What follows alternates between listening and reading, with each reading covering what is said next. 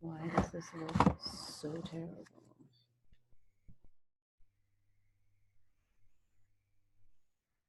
Certified this year, so that's been a lot of fun. I like helping writers, so yeah. Nice.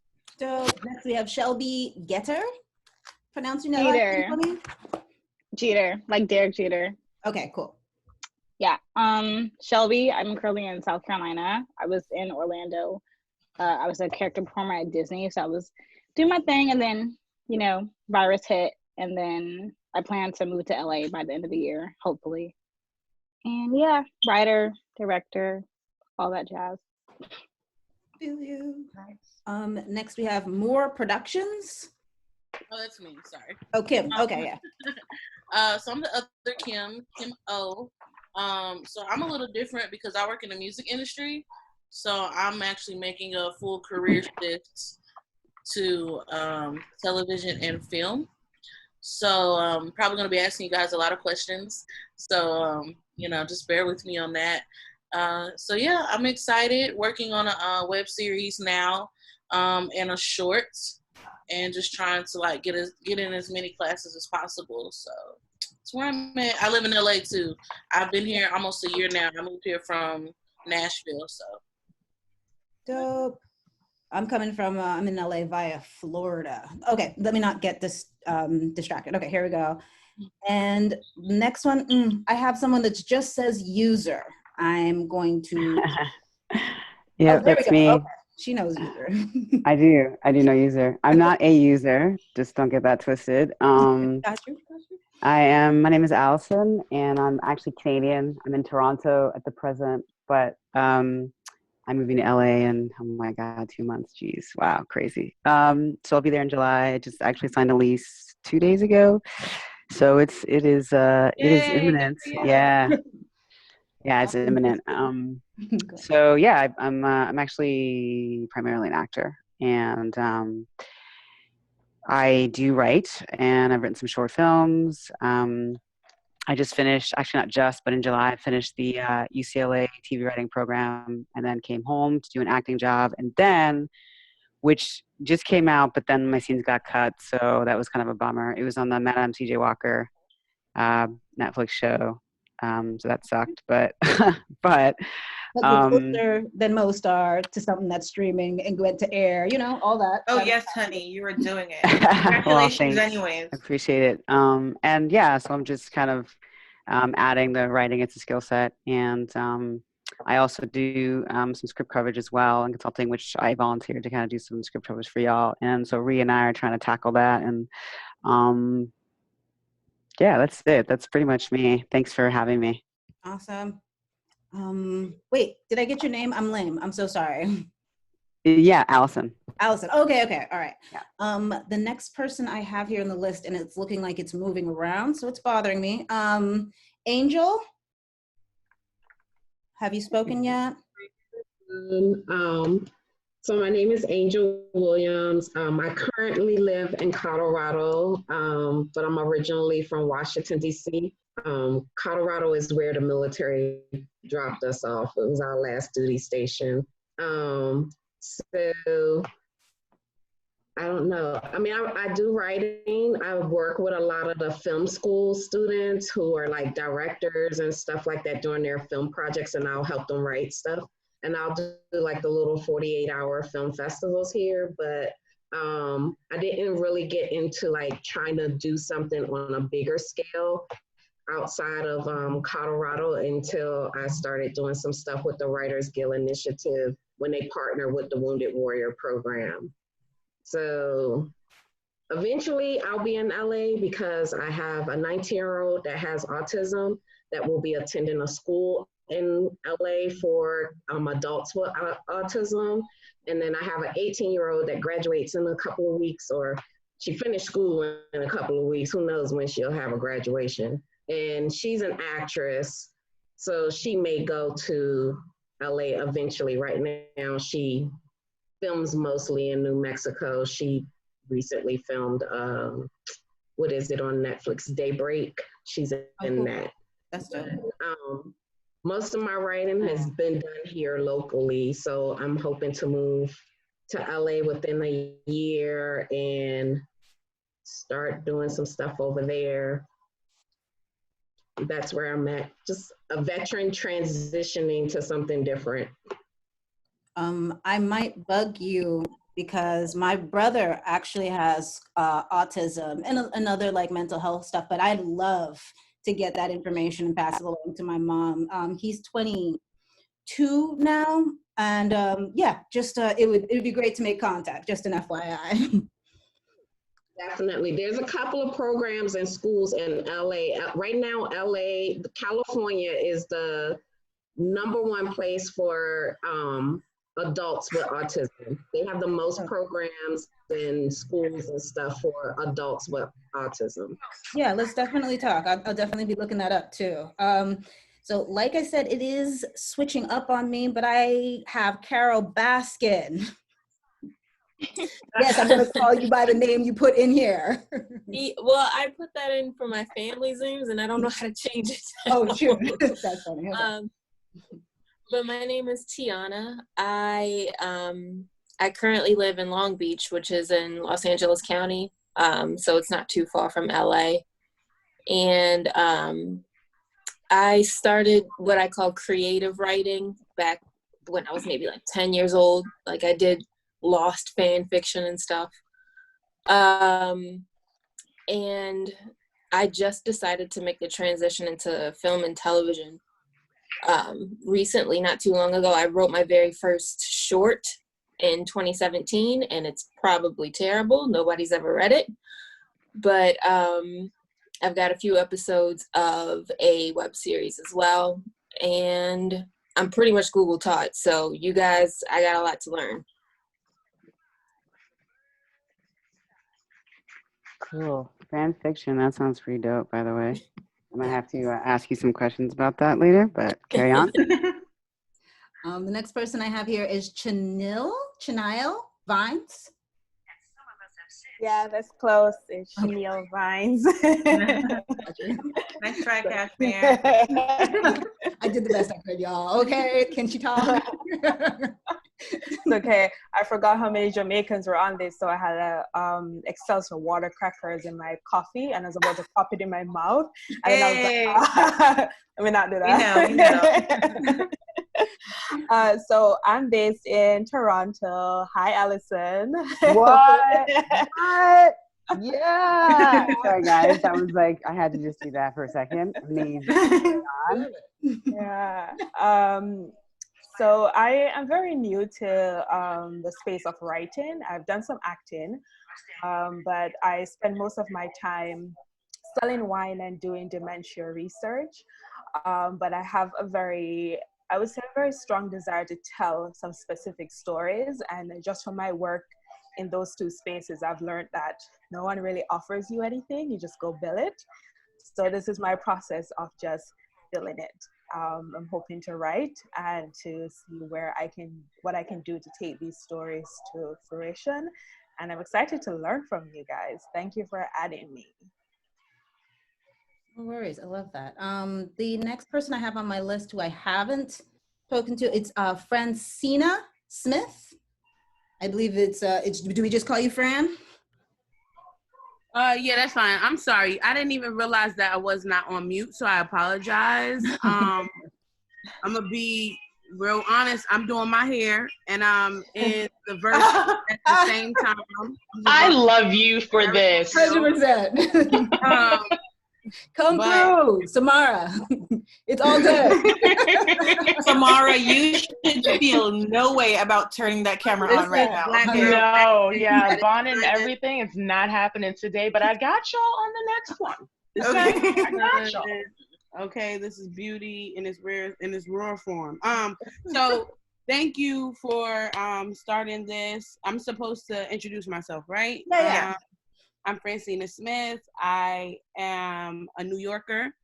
I went to LA for the first time in February of 2020, and through my friends from LA, that's where I heard about In the Cut LA.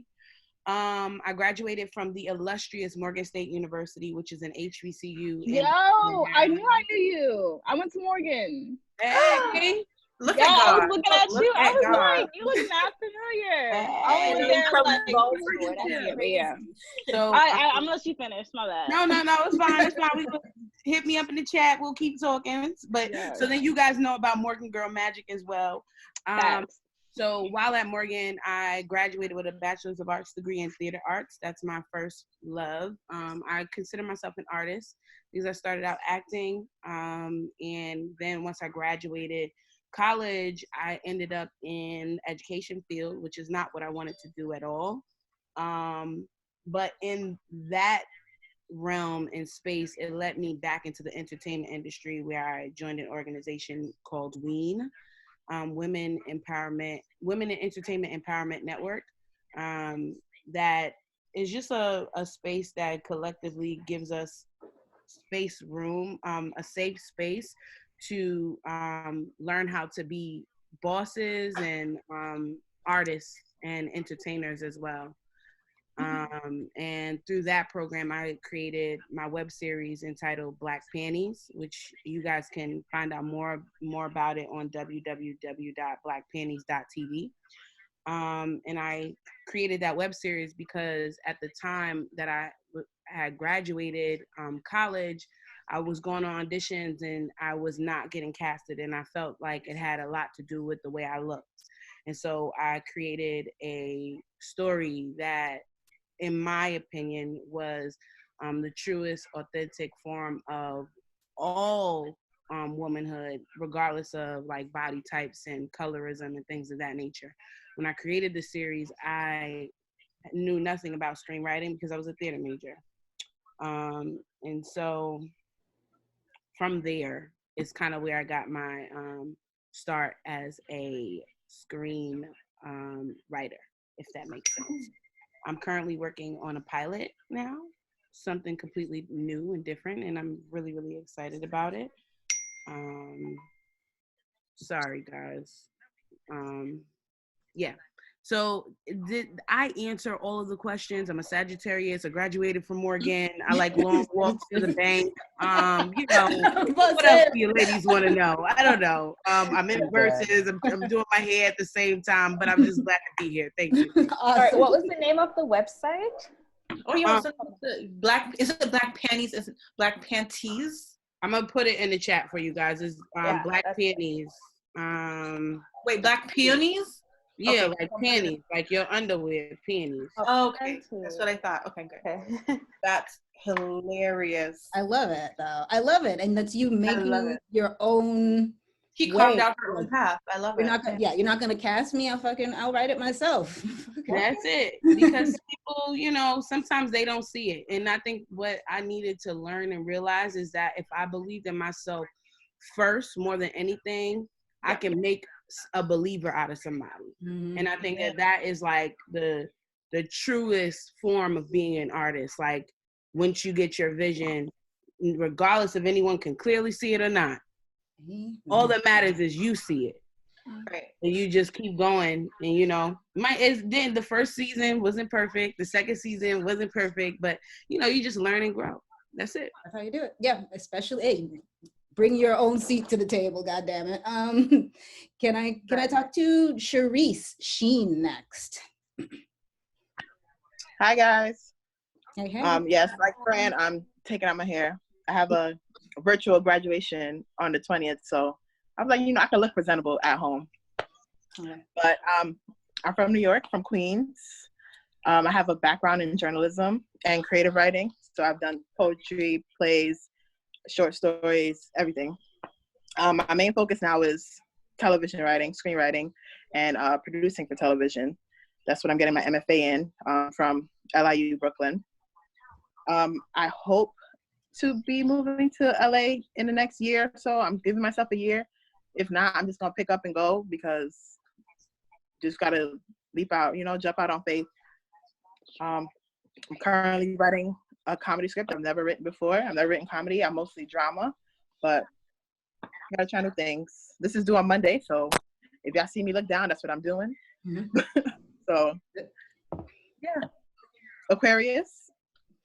27. What else I want to know? I don't know. Open book. You're good. You're good. Love it. I have Michelle B. Let me know if I've called you back because they once before because the chat is rotating, but I think Michelle B is who's next. There you go. Boom. There Yeah, you can you hear me? Yep. Yeah. Hey, everybody. Hi, Michelle. I'm glad to be here today. How about you guys? Yes. Yeah. Yeah. Go, To all the Jamaicans, big up on ourselves. Okay. Hey. So I'm Michelle. I'm originally from New York. I moved to LA in August. To be honest, God has really been keeping me throughout this whole process because I'm not employed, but I have a place to sleep. I have food to eat. You know, I'm not in need for nothing, you know, so I'm really, really happy about that. About me, I am an actress, a model. I've always loved reading and writing, and I decided to take writing more seriously, I want to say about 2 years ago. So I come from the improv sketch world.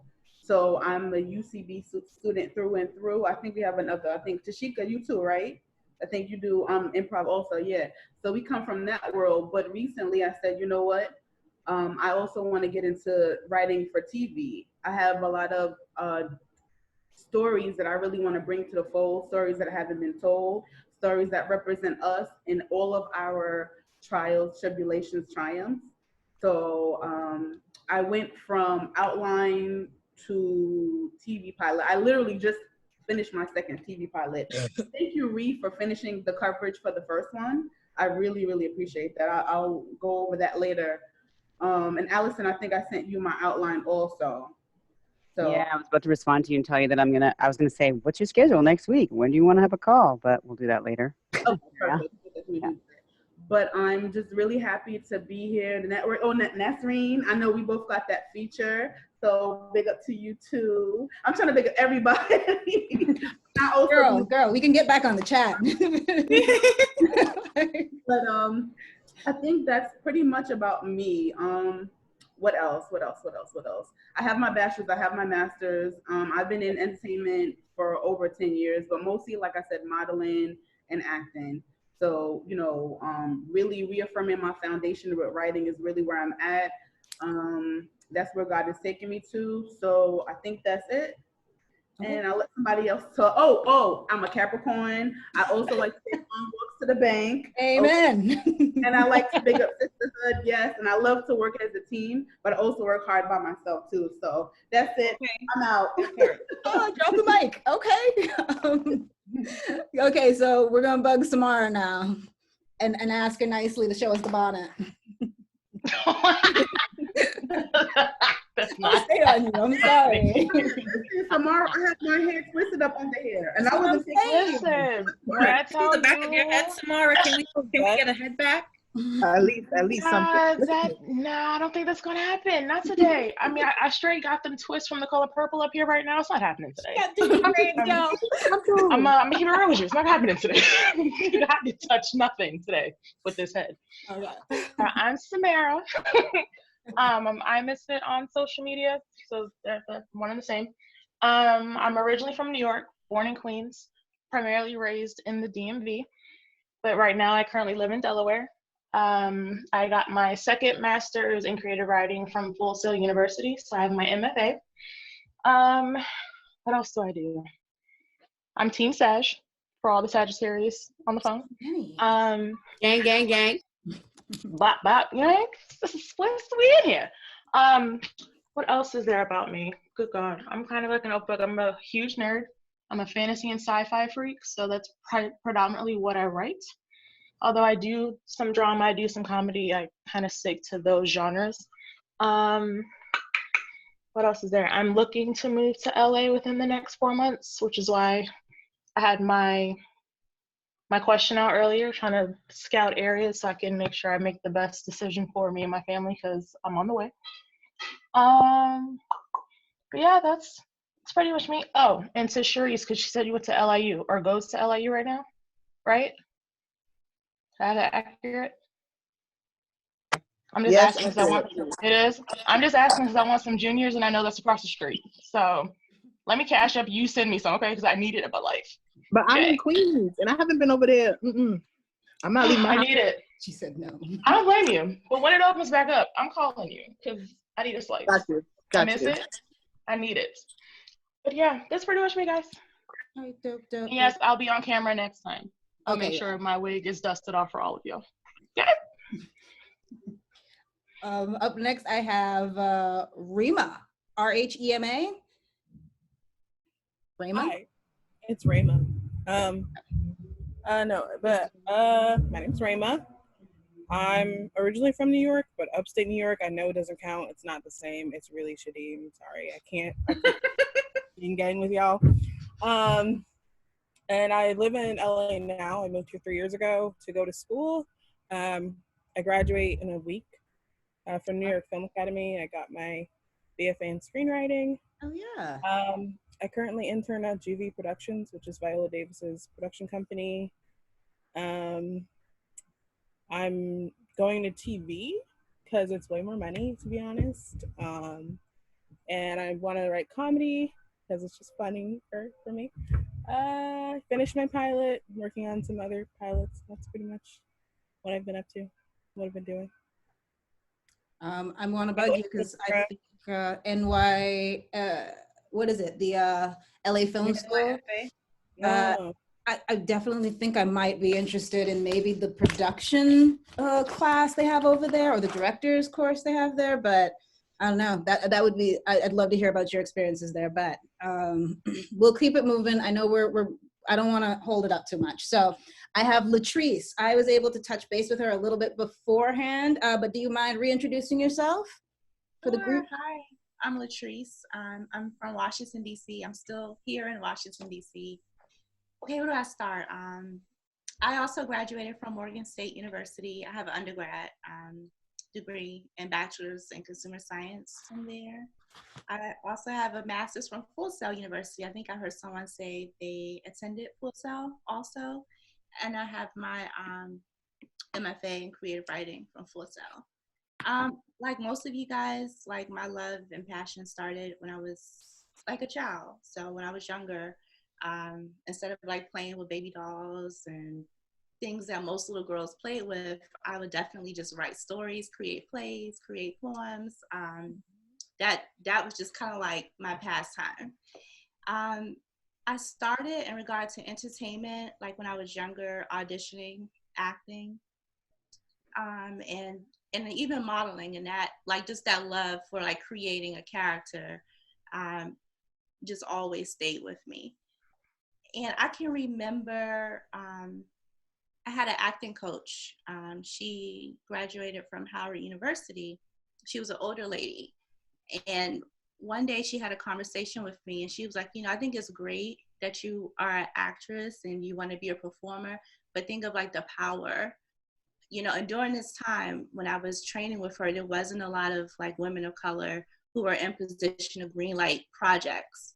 So she was like, think of like the power you would have, or just in general to have more women of color to tell our stories in green light projects. And like, when she told me that kind of just changed everything. Like, I didn't really lose interest in regards to like auditioning, but it was like more so, hey, let me study, let me develop my craft. I've always had a passion to write. So let me really understand how to like, format scripts and like this industry. So, I took it a step further and I got my master's in creative writing.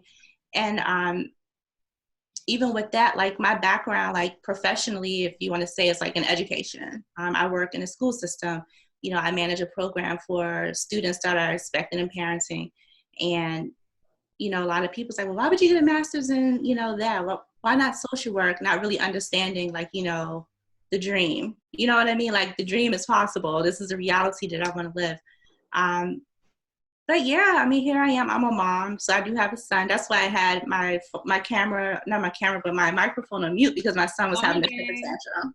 Yeah, I was like, like about to fuss at him, about to put it on black camera, like so you guys gonna see. But like, I'm a mom, and that's you know, there's a balance that comes with, you know, prioritizing my goals and making sure that, you know, I'm still like living my life, you know, but at the same time, making sure I'm meeting, you know, my son's needs. So I do have a family. I do plan on relocating to California, but, you know, with me, because it's not just me and I have to care, you know, for my son, you know, I have to really have like a strategic plan. I do have a support system though. I co-parent with his dad. So, you know, that's definitely helpful. So being a bi-coastal or just moving, you know, I'm kind of deciding on what's the best fit because I know support with me, that's important. What else? I have a few films that's in the film festival circuit, short films. And I'm just all about creating like content and stories and producing. That's really my passion right now. I did start a web series a few years ago, Archives of the Heart. And I'm going to probably get back to writing that because I still have a strong team and still connected to the actors that was a part of that. So I'm just here to learn, network, and that's basically it. Dope. Nice. I think Nasreen, I think I might have skipped over you because you introduced yourself before everybody got in. So if you don't mind, do you want to go one more time? Sure, no problem. So filmmaker, director, and DP for the last 10 years. I got into film because I loved horror movies and sci-fi films as a kid. So I've always had my eye on being on a film set, being in TV. I spent the last 10 years in DC making documentaries, primarily behind the camera and directing. And then I started to realize the audiences I was targeting were already on board with all the social justice issues that I'm focused on. And I was like, why am I only reaching 10% of the population when I can be reaching 90? So I started focusing my efforts on scripted narrative work. I got involved with some filmmakers and we made a film and that got some good coverage. And then I moved out to LA about 9 months ago and I'm developing a episodic based on 4 teenagers living through 9/11. Yeah, and that's what I'm doing here. I'm just trying to grow my network and meet people and collaborate. It's great to see all your faces. I love it. Are you? Did you? Nasreen, would be really good to get your advice on the Ahmaud Arbery. A group of us, Michelle, other Kimberly, and I think Jasmine. But a group of us were wanted to like sort of pen a script for Ahmaud Arbery's story. We're just probably going to do outlines tomorrow just to see what we can come up with. It would be, since you have, since you have experience doing social justice stories, it would be really nice to just get your opinion on that. That's amazing. I would love to. Hey, Nasreen, just another question. I'll give you the oh, sorry. Go ahead. No, it's okay. No, I'll no, give no, you please. the info, and anyone else who's interested, please feel free. Thank you. Yeah. I actually read on, because you guys, both you and Michelle had a feature and an article, and I read that you mentioned that you were differently abled. And I wrote a pilot about differently abled folks, and I would love to get your feedback on that, if that's okay. I mean, I've been looking for somebody forever to read that, because I don't want to obviously be offensive or speak for a community that I'm not specifically part of. And so I just wanted to give them voice, but obviously I want to make sure that that voice is properly heard. So there was someone in LA who's a writer who just got too busy, who was differently abled, and he didn't get a chance to read it. But so yeah, I'm still looking to get someone to kind of vet that a little bit. So I would love to send that to you if you don't mind. That's so exciting. I'm so happy you're putting people with different abilities in the forefront. Yes. Makes me happy. It's all about them, actually. They drive the story. So it's oh yeah. I'd love to. Cool. I'd love to read it. Yeah, I'll get your email in the chat. Awesome. Okay. Carry on, folks. Sorry. Thank you. No, I think that's dope. Let's go to Shakia Augustine. Hi everyone, Shakia Augustine here. Oh wait. Did I have you already do an intro? No, I came in. I said hey to everybody. Okay, all right, go. Sorry. Okay. So yes, my name is Shakia Augustine. Right now I'm currently located in Atlanta, Georgia. Was planning on moving to LA in June because my lease is up on the 19th, but I'm not sure about the pandemic, so me and my husband are kind of figuring things out right now. Might be staying here for probably another 6 months and then go to LA in December because I heard things are a little slow there. But yeah, I'll probably know sometime soon. I'll have to. But I am a writer, actor, and producer. I want to say more so my background is in music. A lot throughout middle school and high school, I was in the band. I played in the orchestra, and I got a flute scholarship to college, FAU, South Florida. Not sure if anybody's heard of Florida Atlantic University or Boca. Florida? What? Go ahead. Yes. Oh, well, I'm actually from Florida. I was born and raised in Florida. Actually, Orlando is where I was born and raised, a small town outside of that, Orlando. And I wasn't quite brave enough to like move out of the state, but I was trying to get as far away from Orlando as possible. So Miami was like the closest thing there. So in the process of being at FAU, I was in the marching band. That's how I, made money and was able to pay for school. But in the process of that, I started to learn more about theater and stage plays when I joined BSU, Black Student Union. And we used to put on an annual stage play every year, like Vagina Monologues or for colored girls, it was more so plays like that. And I ended up getting in the habit of directing these plays for BSU. And once I graduated, in the middle of being at school, I ended up changing my major to finance because I was a music major, but I thought, how I'm gonna make money doing this when I get out of school. So I majored in finance and was able to get a job right out of school. I ended up working for automation. And just while being there, I got a little bit more experience in acting in plays.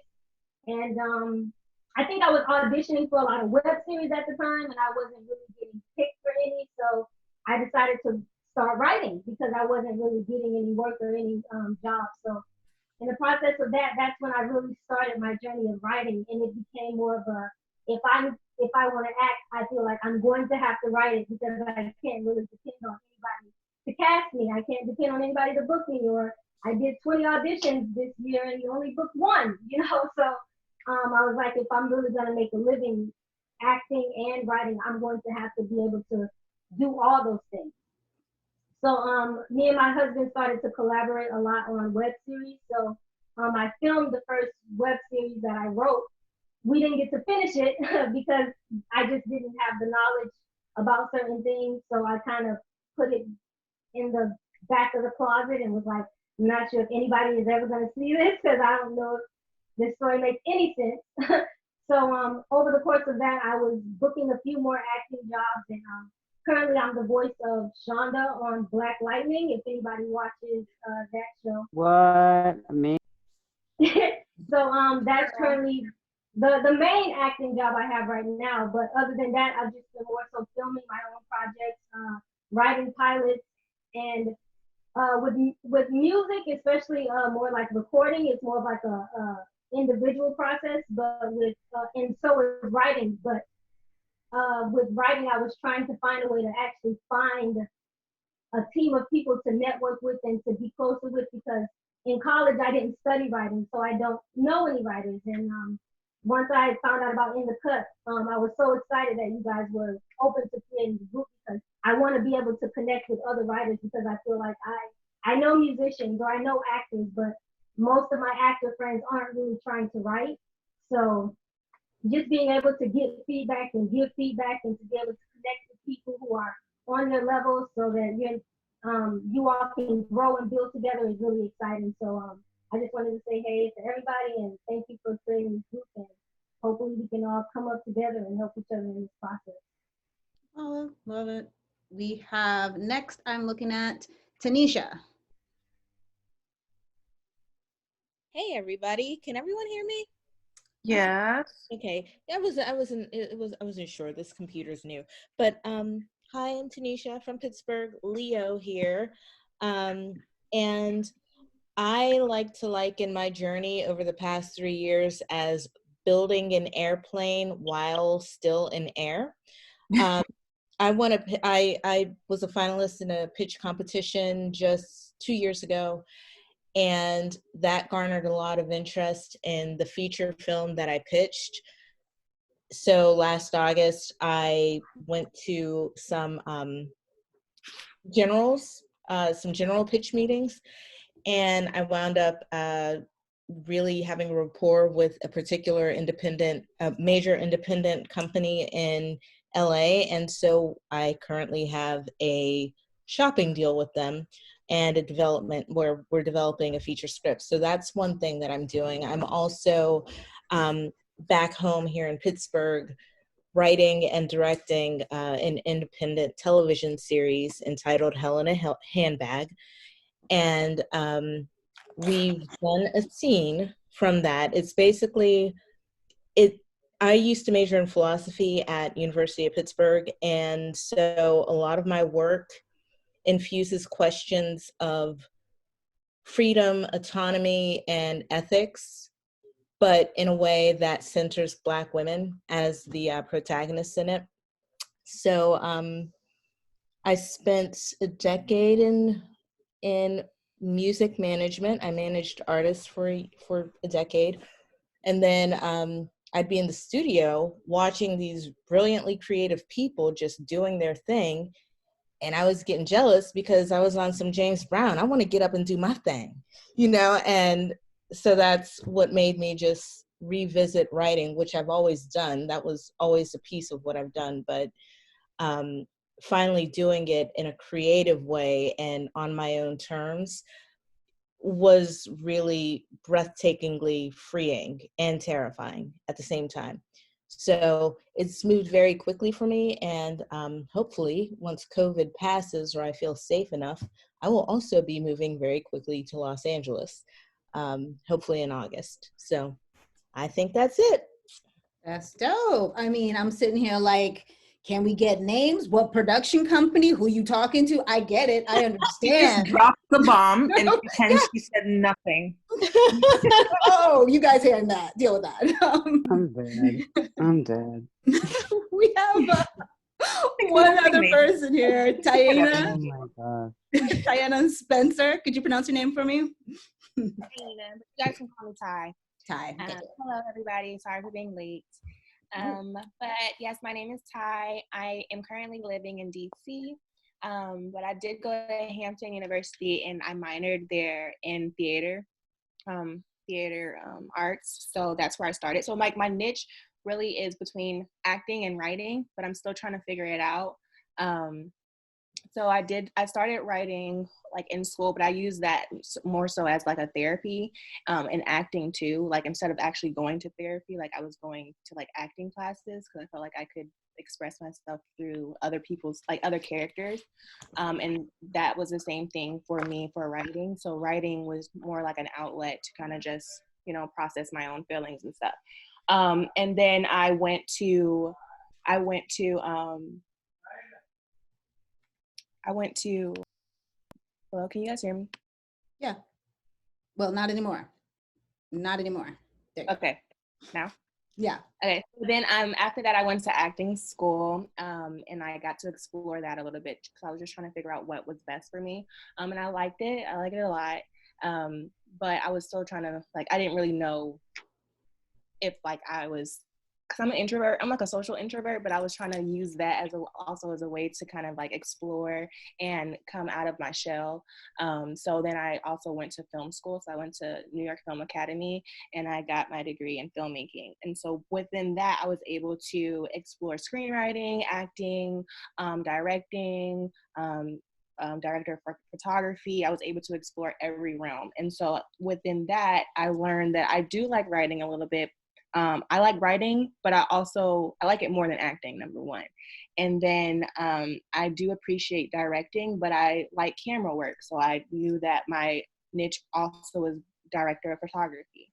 So I'm still like learning, myself as far as in the filmmaking process and the creative realm, but I do enjoy writing and acting and everything else. So I'm here to explore. You know, You can do it all, girl. Yeah, do it. Campus did you go to for New York Film Academy? Yes, New York Film Academy, and the one in New York. Oh, cool. Yeah. All right. I think that is everyone. Now, I know we wanted There was someone else. Did she leave? Oh, I don't know. I have all 20 here. There was one more person. She must have left. Okay. No, I don't remember her name. It might have been Miranda. I think she said she had another Zoom call, but she tried to pop into this one for a little bit. So I think she just had another one. Did Tashika go? Oh, no, Tashika. You didn't go. Oh, Tashika. Okay, there we go. I dropped the ball. Did Angel go? Yeah. Okay. Tashika. You got to unmute yourself. Oh, there she is. There she goes. Okay. There you go. Hello. I was just waiting patiently, as I will do sometimes. I'm currently in Baltimore. I'm originally from Charlotte, North Carolina. I've been in Baltimore 8 years. I work in DC. Probably have seen, who was that? Said they were in DC. I probably see you on the train sometimes. I did not go to Morgan, but my daughter is getting ready to graduate from Morgan in a couple of months. Hey. She has to come and show her face. And while I've been here, it's my graduate, yes. And while I've been here in Baltimore, I've been improvising for 3 years. Just recently started another improv theater in Baltimore, the Maryland Improv Collective. And when I moved up here, it was like I was starting my life over and really jumped into the creative part that's been a part of me all my life. So I've been writing, I do sketch, I do improv. I'm getting ready to take a commercial audition class. I'm doing an NYU class. And yeah, so I was glad to join the webinar and connect with you beautiful ladies and men. I don't think the men joined today, but looking forward to the great things that we're going to produce. So I did read one of the specs. Mm-hmm. I didn't see any of the work on Groupon on Dropbox because I want to go back and read some others, but I do have some ideas. I think it was the church-based project. I do have some ideas for that. So awesome. I think that's me. Yes. Backwoods Baptist. Yeah. Yeah, I have some ideas for that. Well, we're gonna Hit me up, girl. Let's start with the first one. The first one we have on the list is Hell in a Handbag, and I'm gonna give that over for Ree to start. And wait, remember we're skipping something. Oh, right. Let's go through the process. Yeah. The whole Okay. So this is just quick housekeeping stuff, guys. Boring stuff. So just for anyone who I know a lot of you guys, some of you came in at the beginning, some came in the middle, some came in at, pretty late on. And I know that a lot of you guys were unclear about certain things, uploading your scripts, how coverage works, and so on. So I just wanted to make sure we cleared all that up. Okay, so first of all, we created a group email, which everyone has access to. The email address is, and I'm gonna pin this, but just to say it here verbally, nextgenhollywoodwriters@gmail.com, and the password is Future of Hollywood. I'll pin it. So, and everyone has access to that, and that's our group email.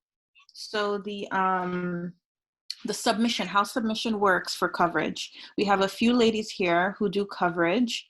Of course, if you're able to do coverage, please volunteer if you have experience doing coverage or just experience in writing and you want to give feedback. But I know Ree is doing coverage. I know Kashmir is doing coverage, and a couple other ladies. Me too, Allison. I'm doing coverage as well. Okay, excellent. See, I don't know everyone. And so you sign up your script on the spreadsheet that Kashmir created. You put the name of your script and all the information, fill that in. Once you fill that in, there are 3 slots for persons giving coverage to put their names in. And so that will tell you the 3 persons who are doing coverage on your script. We will then, if you choose to, but you can also opt out, we can go through the coverage here on the web series, on the Zoom call. We can go through the coverage here on the Zoom call so that everyone can benefit from whatever information the ladies have to offer. And so we'll do that every week. I think we're doing what, 5? We're leaving, is it 5, Kashmir? We have slots for 5, definitely. We have slots for 5 each week. So 5 scripts can be covered each week. And then that's that. And we'll do the bi-weekly Zoom calls. So the Zoom calls are still bi-weekly, right? That's what I have on the schedule. That means next week's would be, I believe, the 23rd, same Saturday at 7 p.m. Eastern Standard Time. So 7 p.m. every other Saturday. Today's the first Saturday, and the next Saturday is whatever Kashmir just said. I believe it's the 23rd. Yeah. So, of course, once you sign your script up, you put it in a Dropbox. Okay, so that covers the Zoom call. Once COVID-19 is over, which hopefully will be soon, we'll try to do meetups maybe once a month. If you're on the West Coast, you can do that there. If a couple of you guys are in Florida, Miami, for example, then you guys can do your meetup there. If you're in LA, meet up there. If you're in New York, New Jersey, meet up there, and so on and so forth. But we'll try to just meet up and just network and chat once per month, once all of this passes. Let's see.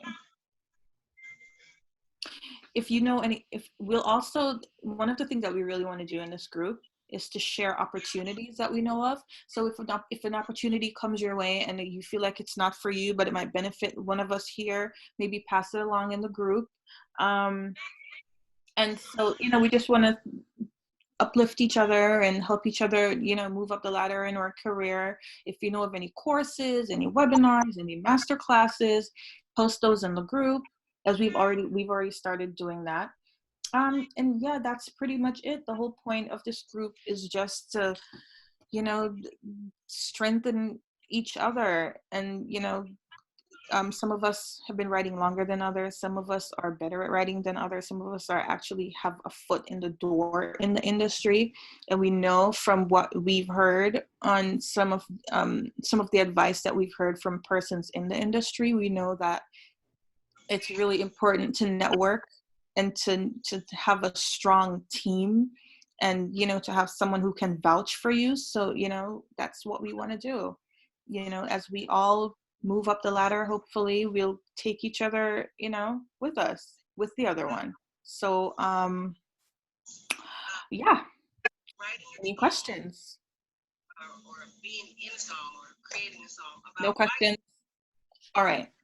So, Cash, I know you mentioned in the group that you were thinking about a group trip. Of course, I know it's going to be like COVID. Yeah. Okay. So what I wanted to do was so I was thinking once per year. I mentioned it, pretty much everyone agreed, but I'll just say it here anyways. The retreat. So we wanted to do a once a year retreat. We were thinking the first one could be out in Malibu or wherever. That's a decision that the group would make, but just a writer's retreat kind of thing. Kashmir is smiling. Oh yeah, come out to Malibu, y'all. Okay. Yeah, so I think a writer's retreat would be really, really good. And I'm really looking forward to, drinking and having fun and being in a bikini again. That Cali week, maybe. Anyway, no, forget it.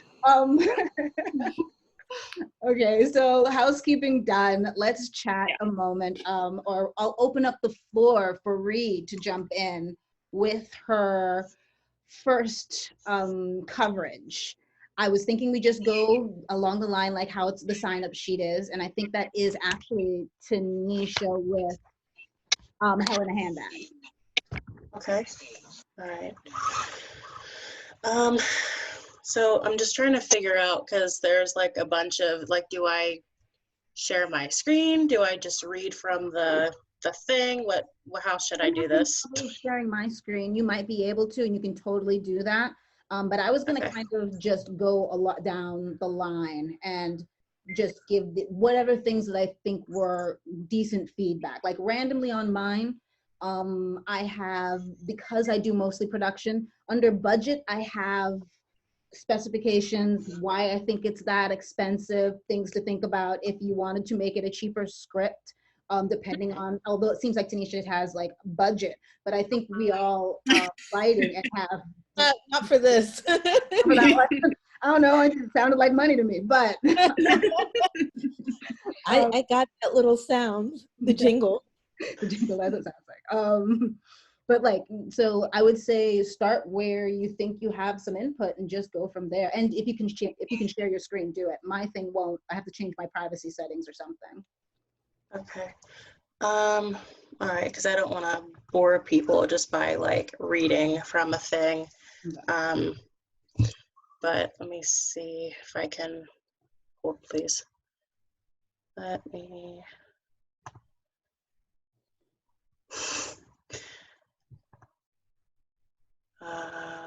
yeah, okay. I think, can everyone see my screen? Yay. Okay, great. Give me just a second.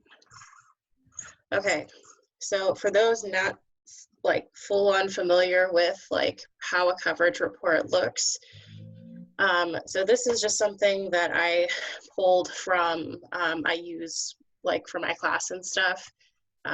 So there's my logo. Don't pay attention to that. So I just kind of fill in all of this metadata here. I typically will put like not applicable for elements, attachments, budget, and draft date, just because right now I'm mostly doing coverage for writers. If I were doing this for a production company, I would absolutely make my best guess about budget. But right now it's for writers. So, so then here's the log line. I usually just put, I try to make it as general as possible. There's a comment summary here. And then this is the grid that I use. And then I just go through the different elements. And then I do the very best I can to make my comments match my grid. But anyway, so I went through the story here. I kind of just made summary points. I can also post these in the Dropbox as well. That way you can take a closer look. Because again, I don't want to bore you all by reading the synopsis because ain't nobody got time for that. So I'm just gonna focus instead on the comments. So Tanisha, when I was reading this, like when I read scripts, I will make comments on the side, like especially the ones where like I laugh really hard or like I gasp or whatever. So I thought Zola was a complete firecracker, and I love her because she's very, to me, like she has a very much a certain sense of self. Like she is an alpha female, she knows her worth, and for the most part, she doesn't let anyone push her around, and that's beautiful, and I love it. So I wanted to really make sure that I commented on that. But I thought it was interesting how, even though that Zola has high self-esteem, this is totally at odds with her desire for Noble. She knows it's wrong, and yet there's still something between them that holds her there. It doesn't help that Noble, I assume, is handsome, right? He's definitely charming, and he's despicable as all get out. I mean, total jago. So he, and this is great because it creates really excellent tension. It really, you know, Zola is this confident, you know, goddess over here, and then here comes Noble like, hey girl, how you doing? Right, but isn't that kind of true to life, to how, you know, oftentimes alpha women are like, yeah, you know, we're so put together, then the right person comes along and suddenly you're just ripped apart. Yeah, and suddenly you're a hot mess, and you're like, why though?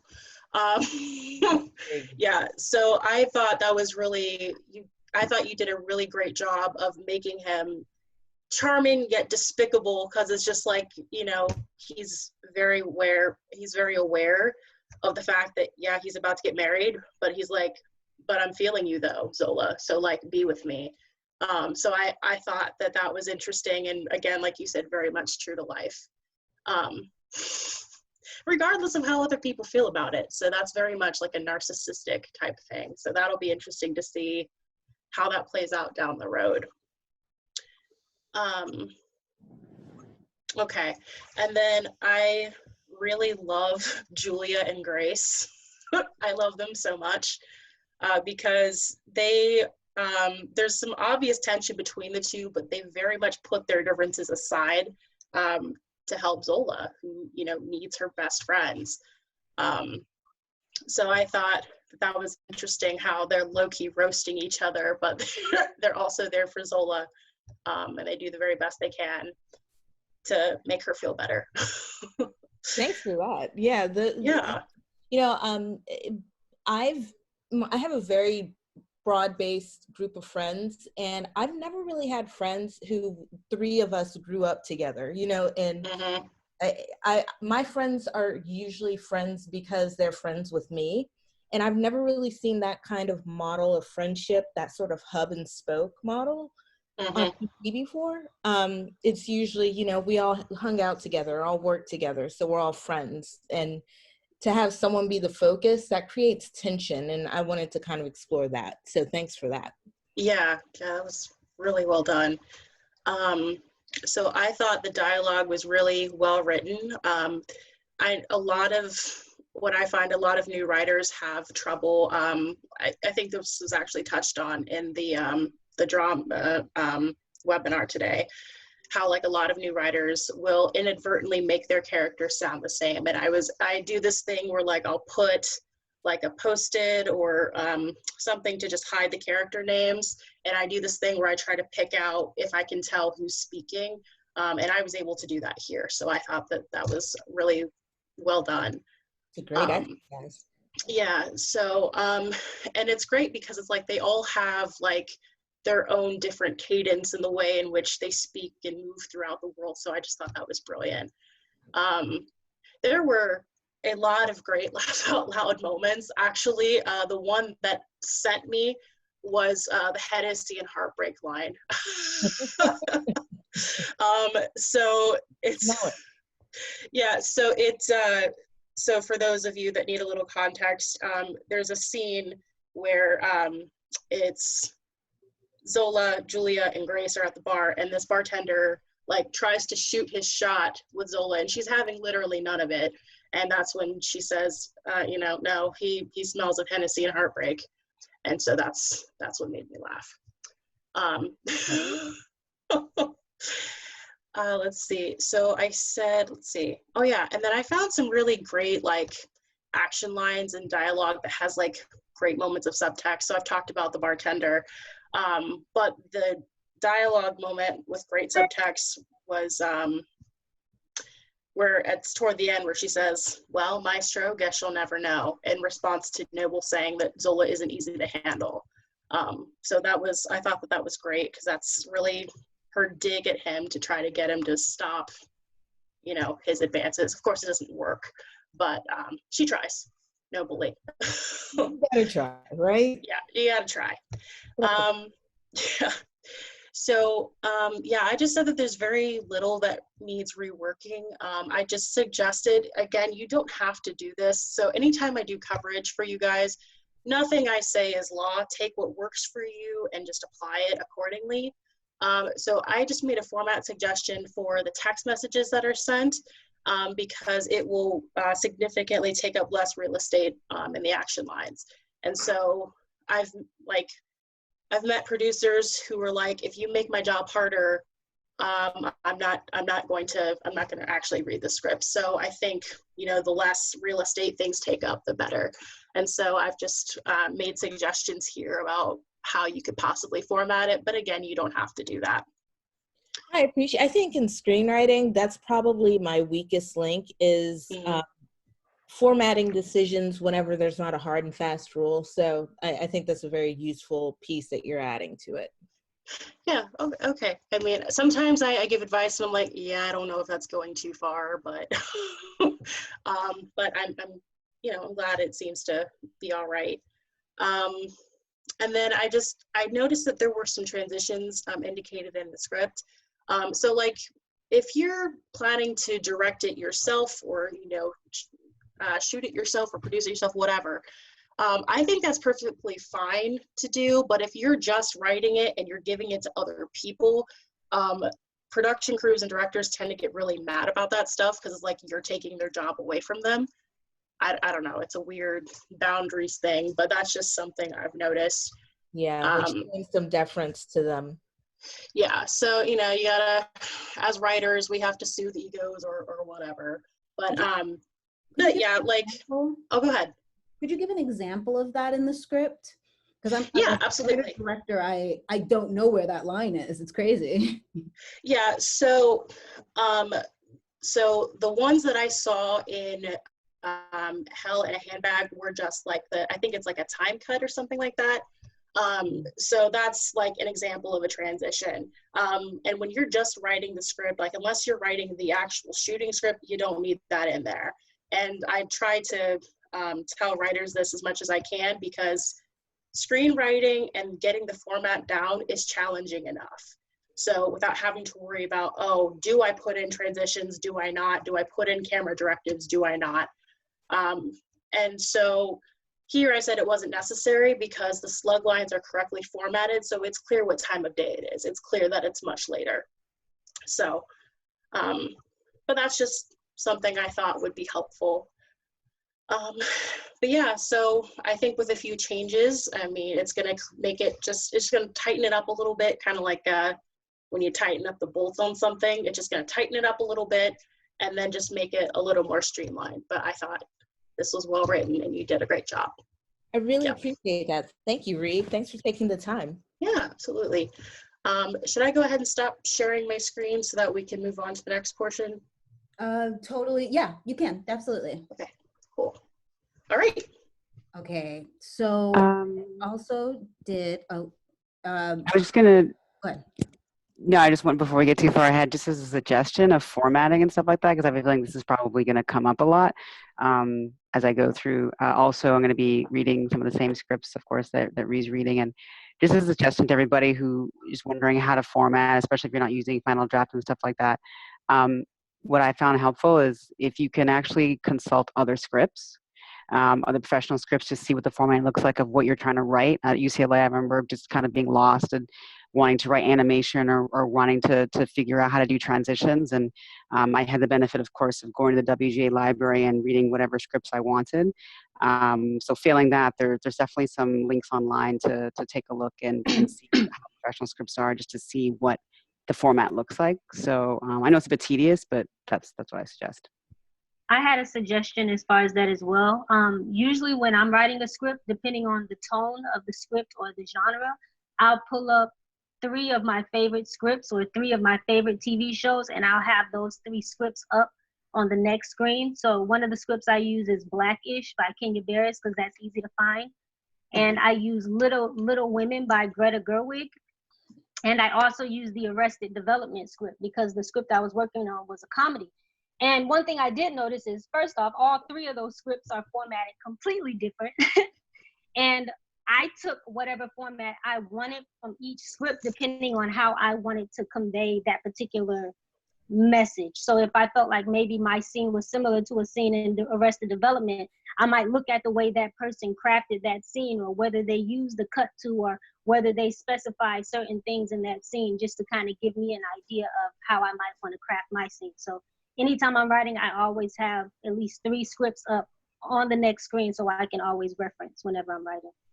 Yeah, I know I agree. Just to piggyback on that, I know when I was writing my web series, I had Insecure up because I felt like it was just in a similar vein.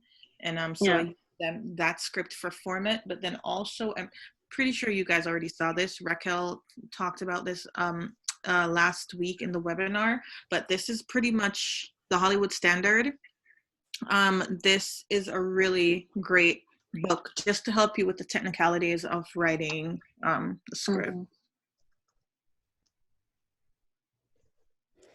Okay, so Ree did a really good job on her coverage.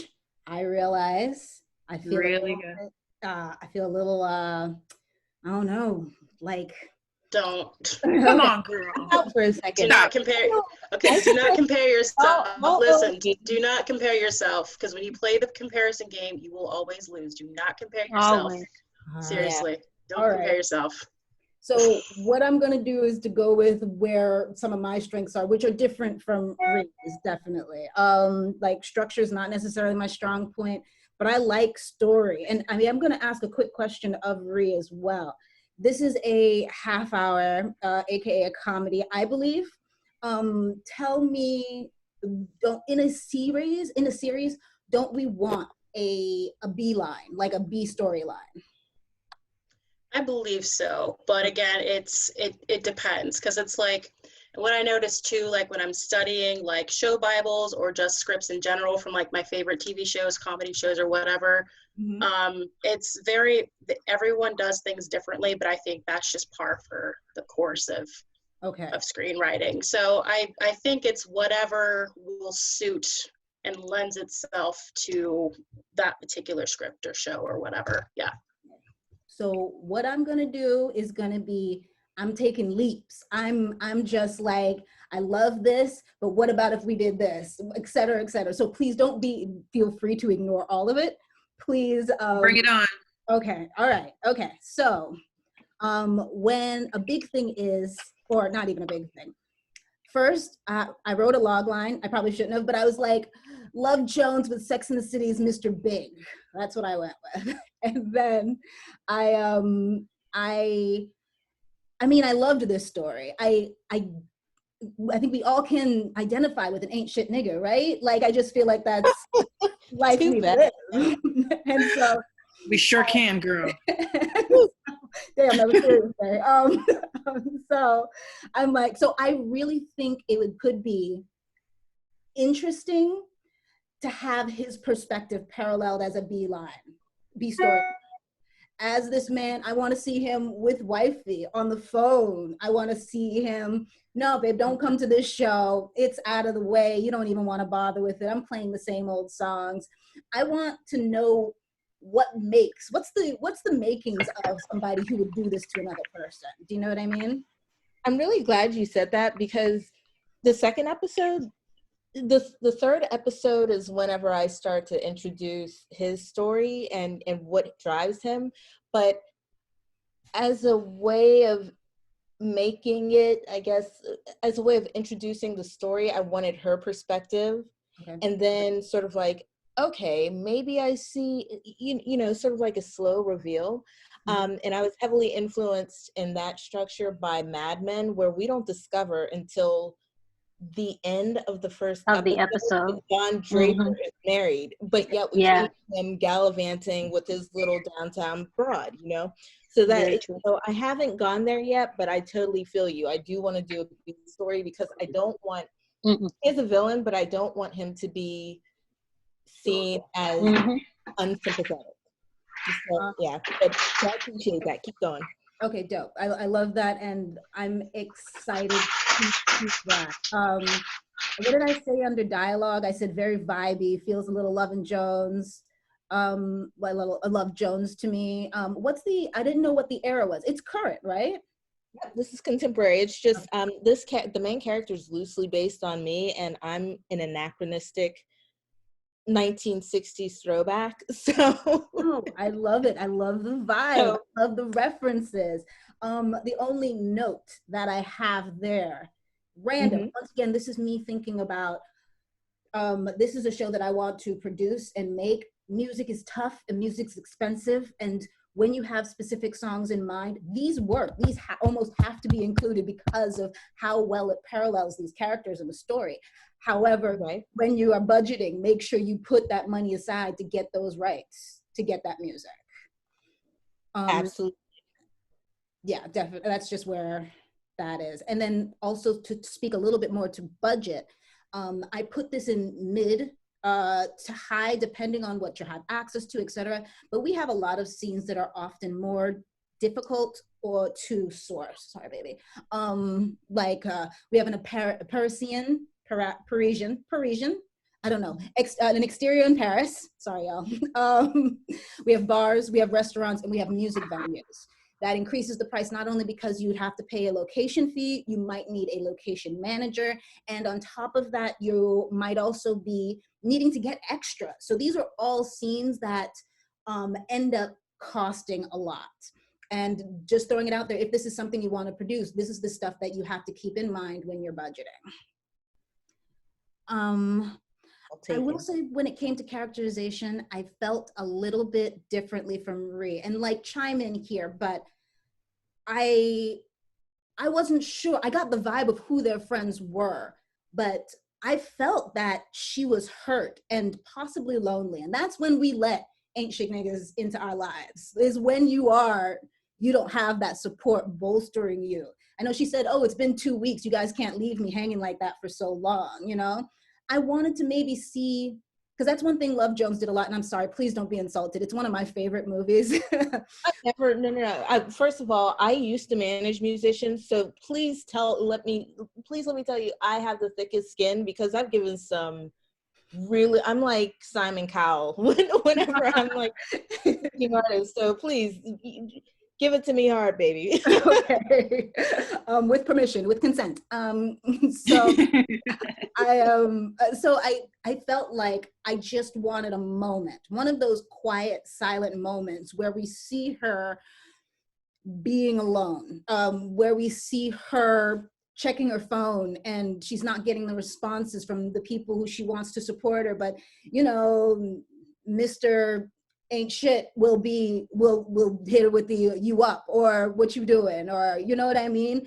And to show that that's why this woman who is so strong and so incredibly like worldly and smart and beautiful might have some cracks in her armor. You know what I mean? What else was the last thing that I said? I think that was really it. I think that's it for me. That's it. I had a quick suggestion to sort of piggyback Oh, off hey of guys, yours. you know what? I have a happy delivery coming because it's my wine delivery. Oh. Can I pause for the cause and run down to get it? Go. I don't know who I saw sipping on theirs, but I was like, do I get a bottle? Can I Yes, you know absolutely. What? I owe y'all because y'all are tightening it up for me. So just a second, you guys can talk amongst yourselves. I guess I would just ask if you could hold your critique for a second because I kind of yeah, absolutely. Go grab it.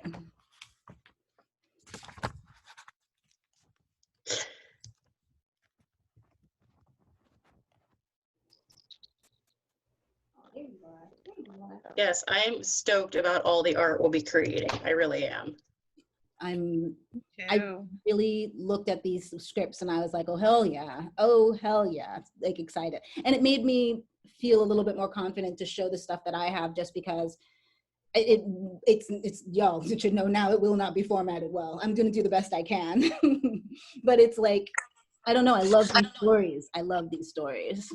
And I'm excited to have those minds like this look at it and give me critiques, you know? I'm so nervous. Absolutely. Are you but nervous? it's okay. Please rip me to shreds. Like, I want to know. Give it to me raw, okay? Right. And Kashmir, I love that you're coming from the production side, because as writers, we're not really thinking about that all the time. So I love that you're giving that input. Thank you. It's so important. You know, kind of like a lot of people said here, like you don't always get that opportunity, like submitting to all of these competitions you're writing, and they might not be biting. So at this point, there are stories that scream to be told for me. So it's like, well, how do I format it so it's something that I can afford, or something that I can get done with fewer resources, literally, like locations, etc. So yeah, definitely learning how to. That's what I did. Yeah, because mine is a web series. So I initially had my character living in a brownstone, and I was like, wait a minute, brownstone. That's a multi-million-dollar property. Like, who's gonna let me in their brownstone to film? So I like had to change up a lot of things to like, you know, consider budget, because I was going to be filming it myself, and my budget is zero. My budget is minus $1 million. But listen, you never know. After the production we just put on in January, during pre-production, we were just reaching out. You know, you just tell people, you tell store owners like, I'm shooting this. I can give you like $100 for the day. Wow. And you know, they either take it or they don't. You can also go to Peerspace, because I use Peerspace in film school, and it's just like an Airbnb. You can just go on there and you shop for places you want to shoot for whatever it is that you're trying to shoot, whether it is outside, at a restaurant, whatever. You can just, or like a hospital, whatever. They'll like set up places. Yeah, I really had to pull back a lot of stuff that just probably, like, I initially was like, my character was like, she goes to Columbia, and I initially had it on the campus, but when I reached out to Columbia, they were like, you're not coming here. So I had them talking outside the campus instead. Yeah, those, what is it, not just fees but permits are a bitch. Permits are a bitch. Yeah, they are. Oh my God. But but like Ty was saying, is that I want your character, that rich girl, I don't know what her race is, but Tate's girlfriend, yo, I want to see the inside of her house. And I'm saying, listen, I need to see the inside of that house. I need to see that's what I thought too. That rich bitch in her element for just a second. Yeah. I read that and I was like, Tate's girlfriend? Who, Tate's girlfriend? Yeah. Yeah, that's it. Yeah. Oh, yeah. Yeah. The one who said Brooklyn was ghetto, basically. Yeah. Yeah. I read that. I was like, so can I go? Like,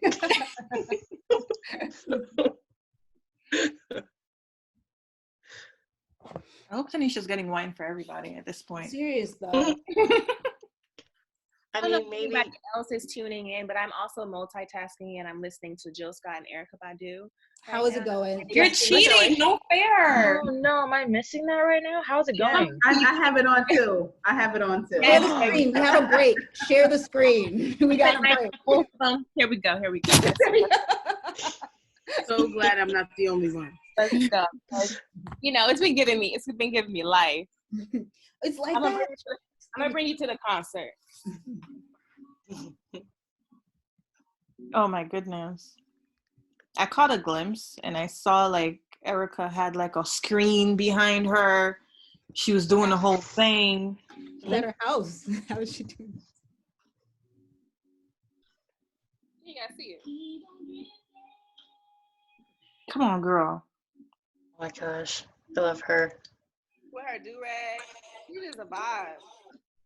I need some volume though. So cool. You can't hear it? No. I've actually seen them live before in Toronto. Together? Yeah. Oh yeah? It was amazing. And Erykah Badu had a string bass player. It was crazy. Crazy.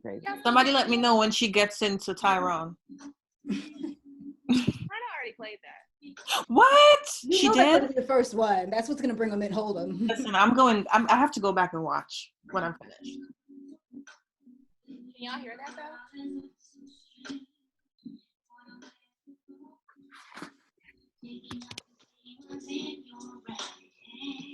She's so cool. Oh my god. We're at a concert. And it's not even a battle. They're just vibing. They They had a nice wholesome talk before. You notice how the women have so much less ego? Yeah.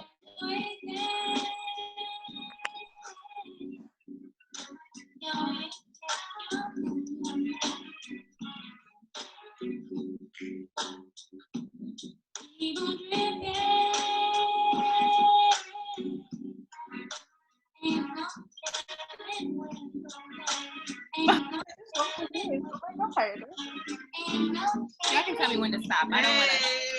It's okay. Keep it going till Tanisha gets back with the wine. Okay, cool.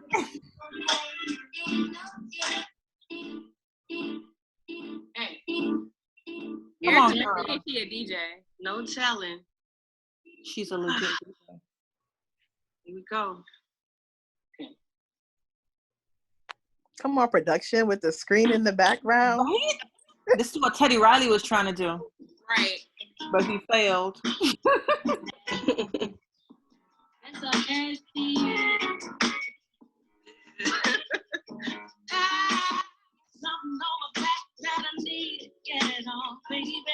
feel like we need insight. Just another day I had to recommend grown up. Who am I to act this way? Oh, shut up, I'm the boss lady. Busy handling and managing. Oh.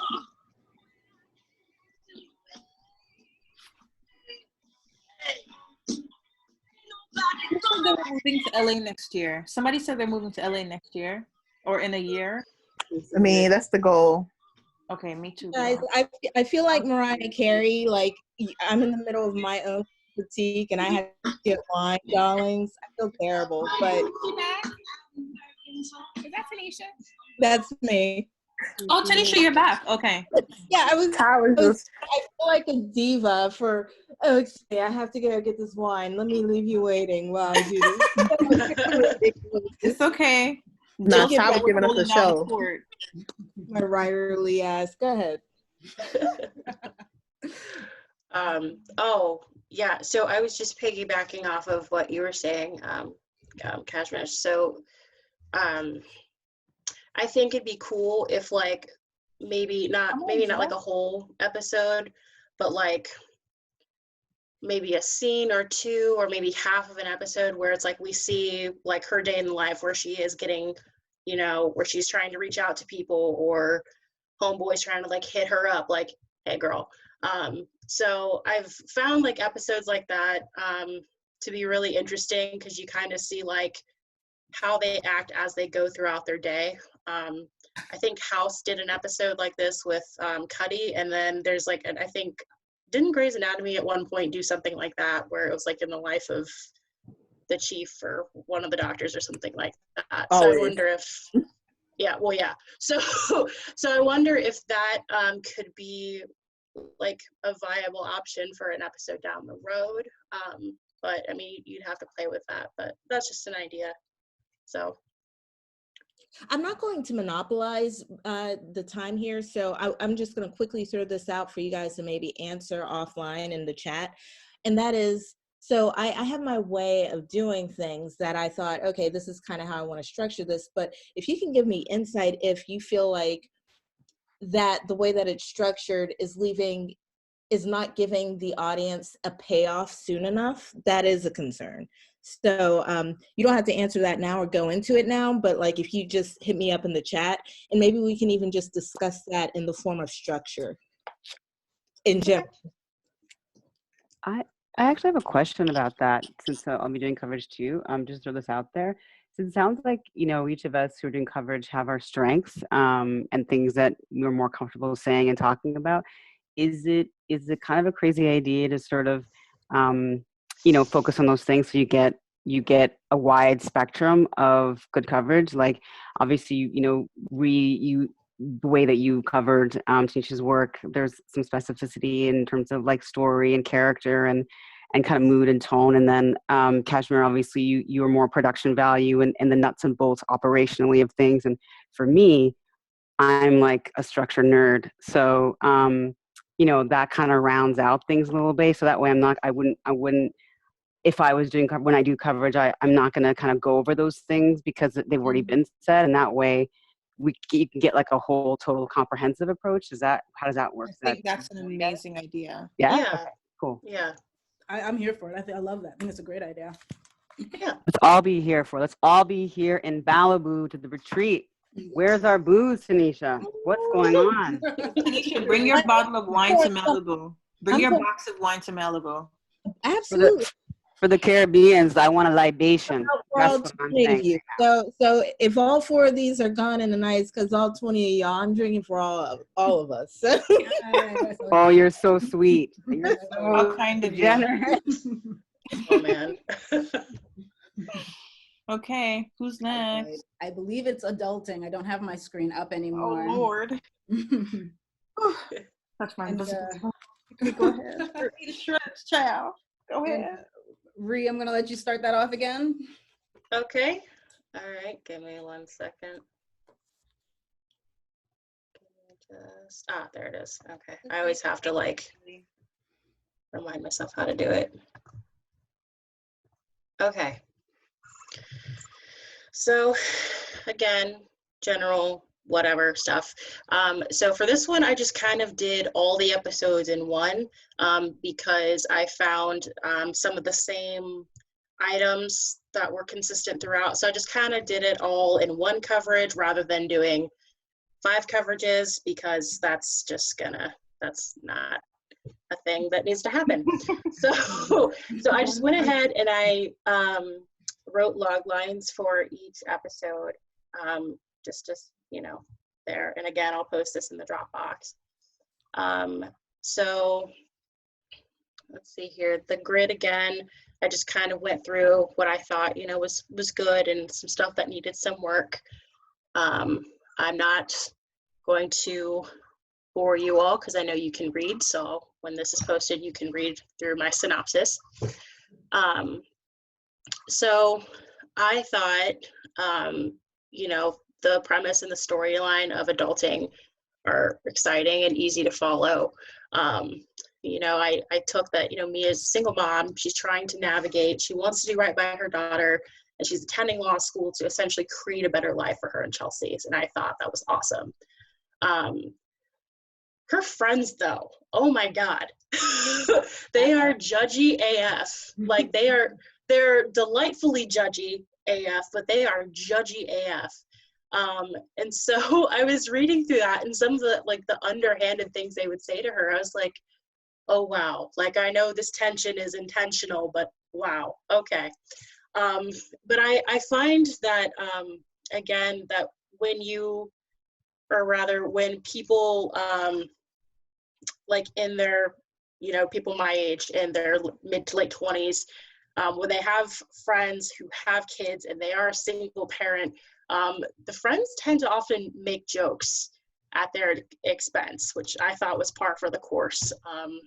It's not okay, but I've seen it happen time and again, and I feel for her because that really sucks. Let's see here. So I touched on a few areas that I thought needed tweaking to sort of create more cohesive episodes. Some of the action lines I thought needed tweaking because some of them read like a novel. It's very important that when you're screenwriting, you very much want to stick to what's seen and heard. So let's see, a couple instances I saw where she says excited, she pulls up an episode, or they begin walking. So that kind of reads like a novel. So to sort of tighten that up, I said, maybe write them as she pulls up an episode, they walk. As much as you can take the ing out of there and just make your action lines shorter, again, it's going to take up less real estate and it's going to make the reading go a lot faster. I also noticed that there were a lot of parentheticals in the dialogue, and a lot of my actor friends that I know speak to this. So when there's too many parentheticals, it tends to take away the actor's ability to choose how to deliver the line. So you want to trust the actors and let them decide how they want to convey the emotion. Hello? Did I fade out? I was, you had called me and, hold on. What happened? Oh, keep going. Okay, sorry. I was like, what did I do?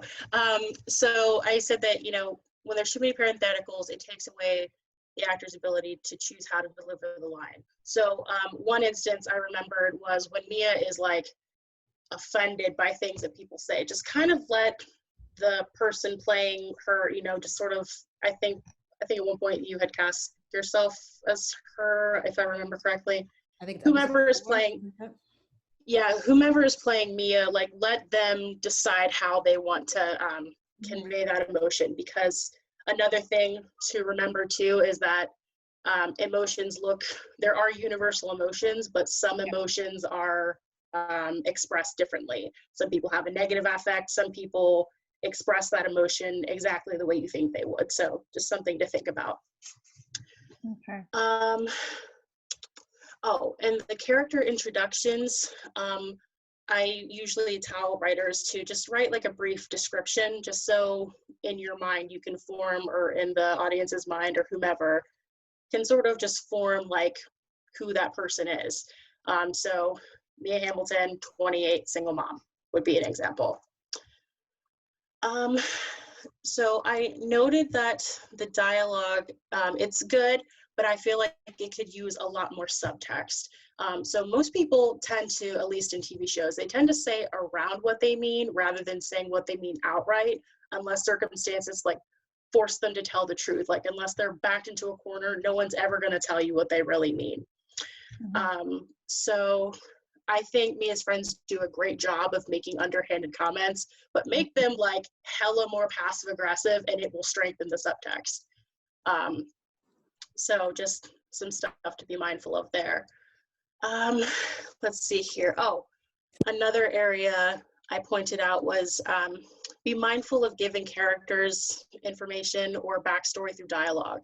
So this happens with Candace, a pediatric surgeon, and Vanessa, the financial analyst. So we find out that that's what their jobs are by people saying it. So instead, what I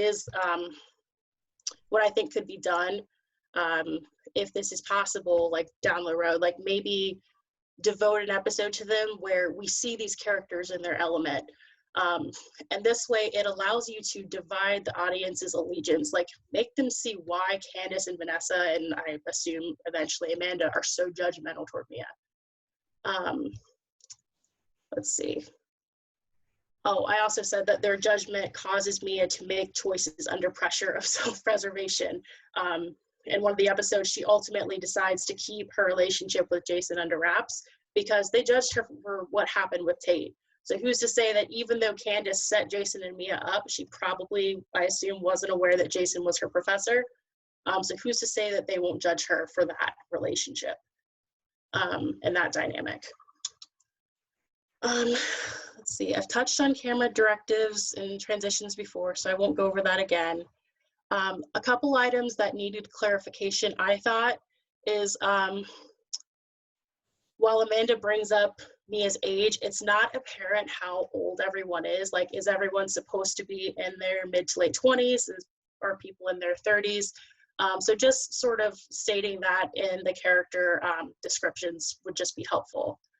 And then one inconsistency I saw is Chelsea's age. So on the first page of the script in episode 1, Chelsea's 7.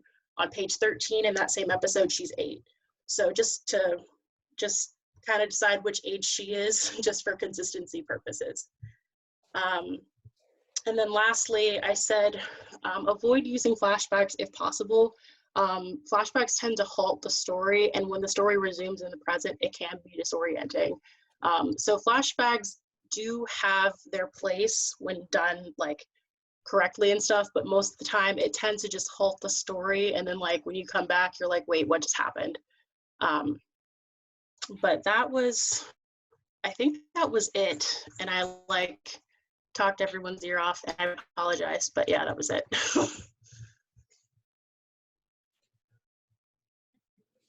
We can't hear you, Cash. I was just saying that was great, and you hit just about everything that I was going to talk about. I will start first with the production, which was relatively simple because it's a web series and shooting on a super low budget. This script looks like it makes sense to me. I put it out low. We have mostly interiors, relatively small cast. One child, which would be the only real complication. SAG is a bitch if you ever want to film children, and you really shouldn't have that child on set for more than a couple hours a day. If you can swing it, that's the only way to stay alive in that, I feel like. And you got to just have all your paperwork together, make sure you have your person who's over it on set, et cetera, et cetera. And this is all complications, even on the lowest budget side of dealing with SAG. And once again, I talked about the quote unquote B storyline, but retouched on it in a much more eloquent manner. And I'm just gonna piggyback on that and say that I wanted to see more of Vanessa's life. And that's all that I really wrote. I wanna see Amanda. I want them to be fleshed out more. I believe, I can't remember, maybe it was the pediatric doctor, the pediatric surgeon, doctor, who was like, her life is great. She even said, like, at some point, she said, yeah, at 28, I was living in my dream flat and married to my husband, but yeah, what you're doing is cool too, or whatever. And I'm like, that's a facade. If you feel the need to throw that down somebody, shove that down somebody's throat, you're hiding something. And I wanted to see that. Like, I want to see that there's something happening behind closed doors that makes her need to reassure herself and everyone that she's perfect. With Amanda, Mia, low blow, talking about the fact that she doesn't have children. But I think that within her conversation with Mia, I saw some really interesting like aspects that could be fleshed out about Mia. Oh, she's got this job at Vogue, huh? Is that what's filling her days and her nights? How close is she with her coworkers? Because those types of work environments aren't always POC friendly, and I'm gonna assume it's not. So as much as she might be saying to everybody else how great it's being, once again, it's about finding some area of subtext that makes them richer as characters. And I want to see her being a part of the group chat, or feeling ignored, or getting a sly comment thrown her way, or something like that. And I think it was also, so I think those are the two that I really focused on. And I don't understand what Vanessa does. I don't understand what Vanessa was doing on the news per se, or on TV. And I think I wanted more of that. So possibly and it's not something that everything has to be thrown into one script, but I do like the idea. If you are moving this from web series to a pilot script, I like the idea of giving us moments with those characters. And I think she covered all the structural stuff, although she definitely went into far more depth. Yeah, and there was something that happened between episode 4 and 5, which is exactly what I think we talked about before, where I need to see what happened there. I need to see that date with Homeboy. I need to see Tate's, the next door neighbors, longing for her apparently. And I want to see her. I want a couple more fake outs of like that dream sequence they had where she was apparently having sex with old dude.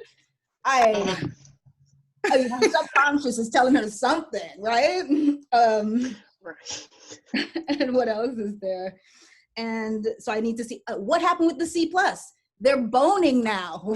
How did that go? That's a complex situation that I want to see how that worked out for them, you know?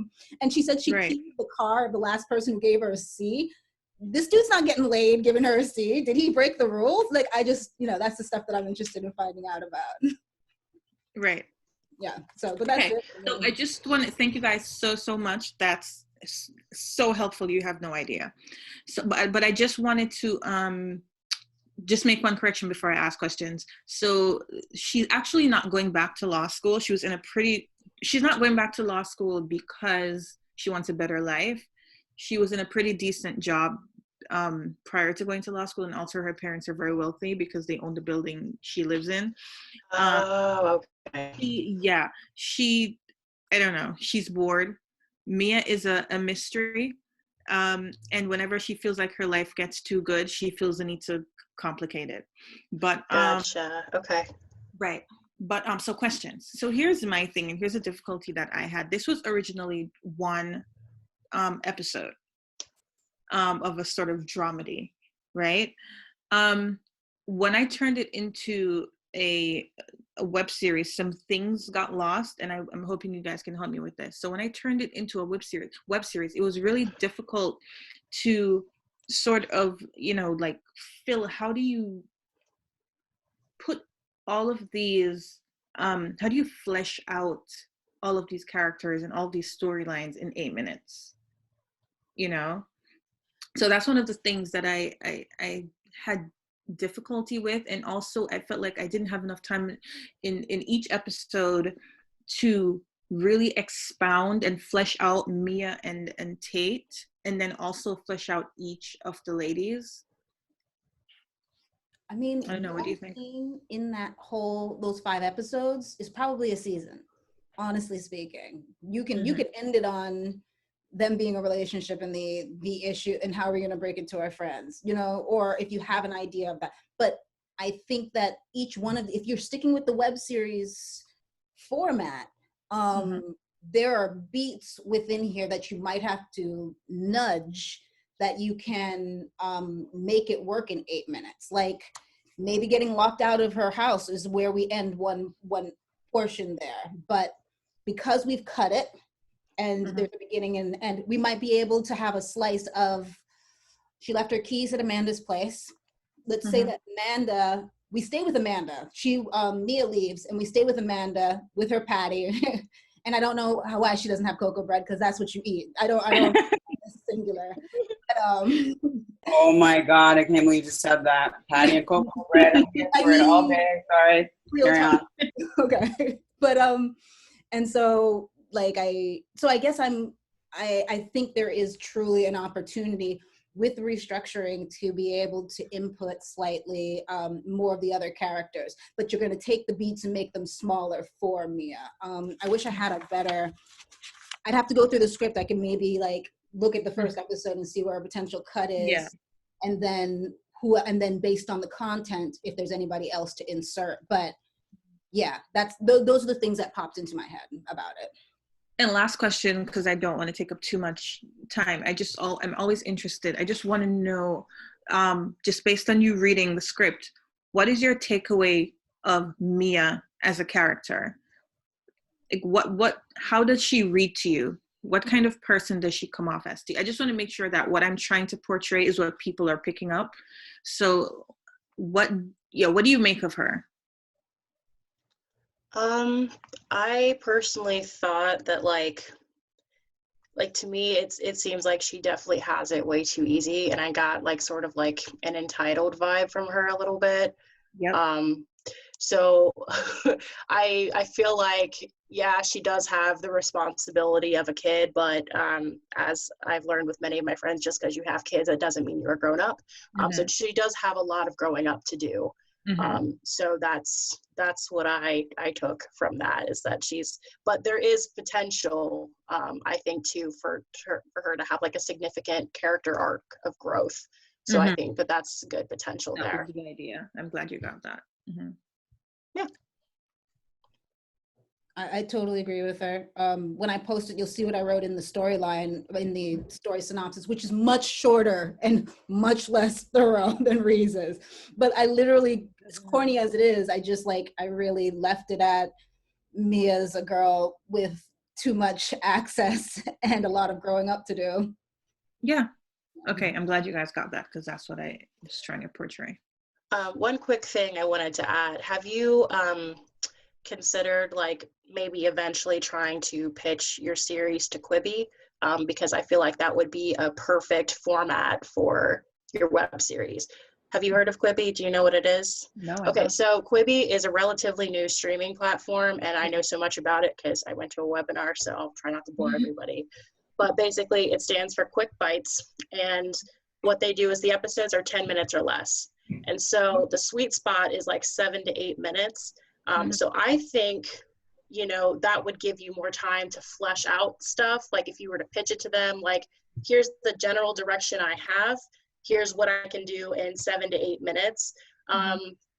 Because like, instead of like with other streaming platforms, instead of a series, they call them chapters. And so I've actually looked at the Quibi platform, and they actually have a lot of really great content on there. But the way I would study on there, because I think it's free for like 90 months, or not 90 days, not months, free for like 90 days. But I would seriously, that sounds good. But I would seriously get on there and like look at how they format things, and just maybe that will give you some ideas about how to restructure for like a short form. So even if you never do pitch to them, that might give you some insight. So I just wanted to throw that out there. But how do I pitch to them? So like have the access. Let's talk. Yeah, so I don't, so the guy who wrote I'm Not Okay With This on Netflix, his name is Tripper Clancy, and he talked a little bit about how, so basically it was through like connections that he made that he was able to pitch. But he talked more about, oh, thank you for that. So he talked more about how like basically to get yourself ready, which is making sure you've got all of your episodes, basically all of your chapter planned out and where you take it. So I can try to see if I can like find the main points from it or something like that and see if I can send it to you, because I think I still have access to like the recording of it. So I'm a low-key see if I can like screenshot that shit and send it. So, but that's just something to consider. So I would definitely look into how, like how their shows go and stuff. So I think that'd be really good. Yeah. Thank you. I'm gonna throw out one other thing. Black and Sexy is kind of it's where Issa started and stuff, and it still does webisodes out here in LA. And this is right up their alley, 100% as far as that's concerned. You know what I mean? But do Quibi first. I worked down the street from Quibi. I know one girl who is working there, but she works in straight up production. But I'll ask questions, find out what they're accepting, if they're pitching, you know what I mean? See what's up. Please do. But that's, yeah, I loved it. I enjoyed it a lot. Yeah. Do you want to jump into the next one? Oh, did anybody else have any comments on the, on adulting? I have a comment or question. Yeah. So I think the formatting question that you have, I'm not really good at this, but what I will say is that the production companies that I am working with on 2 separate tracks, I've been hearing, and you can probably speak to this, Kashmir, that they are looking for a lot of short form because who knows what could be, like, who knows when people will be at full production. So if your project is scalable, that might have some priority over something like my big ballooning budget project. And so like stick with something small and that might actually get you more consideration at this current moment in time that we're living. So are you saying that your production company specifically is looking for short form? Or are you saying that based on what you're hearing, you think that production companies in general might be looking for short scripts? And so not my production company, because it's a movie company. But in terms of just generally speaking, how people think this, it's like they're talking about phases of how things are going to come back online. There's certain things that are already online, like animation, documentaries. And then the next thing above that is short form content that doesn't require a lot of people on a set. And then after that, it's comedies. So that's kind of like the hierarchy of what's going to be hitting once COVID breaks, what the first priorities will be. So if you can get in there by making the short form, it might be worth the effort to do that. Nice, thank you. Kimberly, I just saw your email where you said you didn't think you want read. I'm so sorry about that. And then, wait, but did you see the follow-up yeah, email? you said actually it's fine, but I'm like, oh God, what if I had it? What if you hadn't sent that? What if I hadn't just checked my email? And now I'm gonna feel like a complete douche No, to you. it's fine. I'm sorry. Until he was like, oh my God, no, I don't think I want to hear this. But I was like, you know, I was like, oh no. It's okay. Glad it worked out.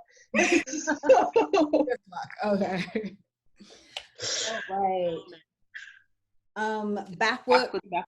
Backwoods Baptist. Go. Bree, this one's all you. Okay, cool. All right. Let's see. There we go. Maybe. Yes. All right, cool. All right. So y'all know the deal by now. Here we go. Okay. So there's the log line, there's comment summary, there's the grid, the lovely, lovely grid.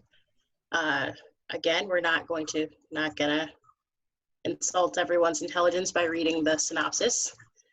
Okay. Oh my, that Oh, looks so damn. good. Everybody okay? What Is neighborhood that- y'all in? Sorry. Where y'all at?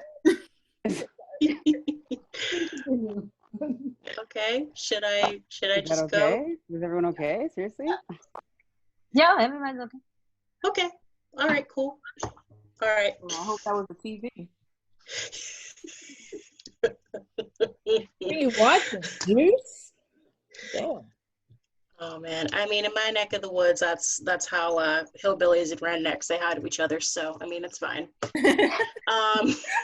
ahead. I'm sorry. It's fine. Okay. So Shakia, I thought, oh my God. So I was reading this and I was making comments, and every time I came to something that made me laugh, I had to just like walk away for a second and come back just so I could process the joke, because it was great, and there's just so many like different bits in there that I just thought was magic. So I thought it was a hilariously honest look at Polly trying to, all she wants is to be head pastor of her family's church, and her family, who sounds a lot like mine, doesn't want to let her do it. Like there, there are some legal implications that prevent her from taking over right away. There's these patriarchal stipulations that she has to follow. And so, being a woman and trying to follow one's purpose with outside forces essentially ruining that for you, I thought was very interesting, because it creates a lot of obstacles for her. And so that will be interesting to see like later throughout. So I thought she was like a compelling protagonist. Like, she's a natural leader. She's very self-assured. And she doesn't always handle her duties with grace, because people bring out the worst in her, but she does what she absolutely can to be her best self. Yeah. I loved Morgan. She was timid and awkward, but she really proves that she's got some nerves of steel to be Polly's assistant. Yeah. So I like the mission of steal the pink Bible. So I wondered what the I know that there's a flashback there, but I wondered like what the story was, why specifically a pink Bible. So I think that'd be interesting to explore further along. How are you? Let's see. So I said that Morgan, I thought she has a lot of potential for a significant character arc where we meet her. She's timid and awkward. She just kind of tries to follow the letter of whatever Polly throws at her. So that'd be interesting to see like how she changes throughout. I thought the Chisholms were hilarious in the way that they're written, and the church members cracked me up, because I mean, I think we've all met people exactly like the church members, just very vivid, lively people who all have something to offer in their own way. So it's easy to relate to these people in real life, I feel like. Let's see, so storyline and structure I said were good. And for the most part, it was easy to follow. The flashbacks were what personally tripped me up, because the story's good enough on its own without the flashbacks. So, maybe just just make it a little more streamlined. So. Yeah, I agree. Ahead. I was able to. Oh no, I was just saying that when you previously gave me the note, I read it through without the flashbacks to kind of see like, is it needed? Because I think I was trying to push the funny, because I was like, I don't know if this is going to be funny on its own, so maybe I need a visual to kind of support the funny. But I felt like it still landed without the going back and forth to try to have an example of the joke, I guess. Yeah, absolutely. So let's see, I've touched on, and of course you've seen the coverage, so I've already touched on these, so I'm not going to spend too much time on that. Oh, one new thing. So I said that when it comes to the song selections, it's better to err on the side of caution and just sort of give the general feeling for the song. So royalties tend to bring out bigger budgets for scripts because of all the legal issues between music companies and film and television studios. But you wrote this element correctly on page 32 of the script. So of course, until they're able, like production and all of that is able to secure rights to those songs, of course, you want to avoid doing that. Yeah. Let's see, last couple things. Oh, so I said, just to be, one thing to be mindful of or cautious of is introducing all the characters in the pilot.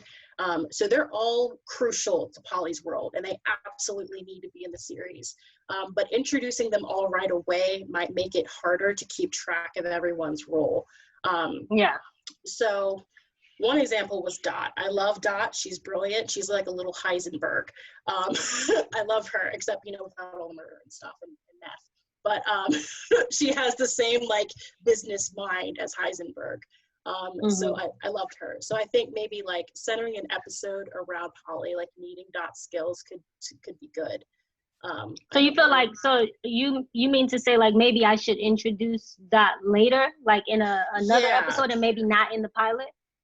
Yeah, so I feel like what that could do is like, because I'm imagining a scene in which like you write where, you know, Polly's like, God, I have to turn into a kid for help. Why? And so, and so like it could be something like you could like do like a little like Godfather bit, like you come to me with this favor of this, the day of whatever, like maybe something happens with the church or, you know, they run short on funds or whatever. And so Polly has to use Dot's entrepreneurial skills to figure out a way around. So maybe introducing her later on would be good. But I do love her and she is magic. So, but that is all I have for that. Yeah. Okay. Thank you. Ree actually gave me notes on this a while back, or like maybe a week ago before we even created the group. And then once we created the group, it was like, oh, hey. So I was actually happy that I had those notes ahead of time. I haven't actually applied. I know you made a note about like the parentheticals.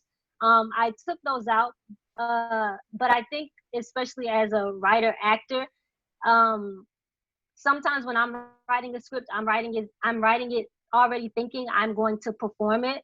So sometimes a parenthetical is kind of a reminder to myself how I wanted that moment to be or how I wanted it to feel. But that is true. A lot of actors will go through and cross out parentheticals.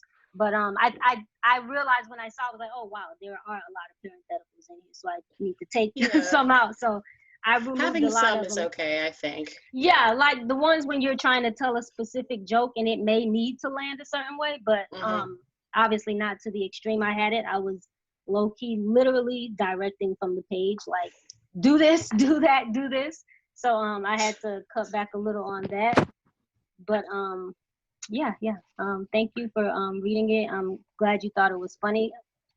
That's been one of the scariest parts about writing comedy is just hoping that it makes somebody laugh, because you're like, I don't know if this makes any sense, but yeah, but that's good. So do you have any other suggestions? Was there anything maybe about the story or about the structure or anything that you felt might have needed a lot more work or anything like that? So one in particular, I was rather interested in how Pastor Don and what's Wardell's wife's name again? I can't remember. Shannon. Yeah, I wanted to know how they linked up secretly and became a thing. Like, was it like a Cupid thing? Was it like, hey girl, I'm feeling you? Like, or is it just like she was like a closest thing or whatever? Well, that's really more something that I wanted to explore like later on in the season. Sorry. So to kind of tease people with that. But really, the backstory with that is really Pastor Don is a ladies' man and he can't help it. He has 2 kids out of wedlock that are in the church. He's a hot mess.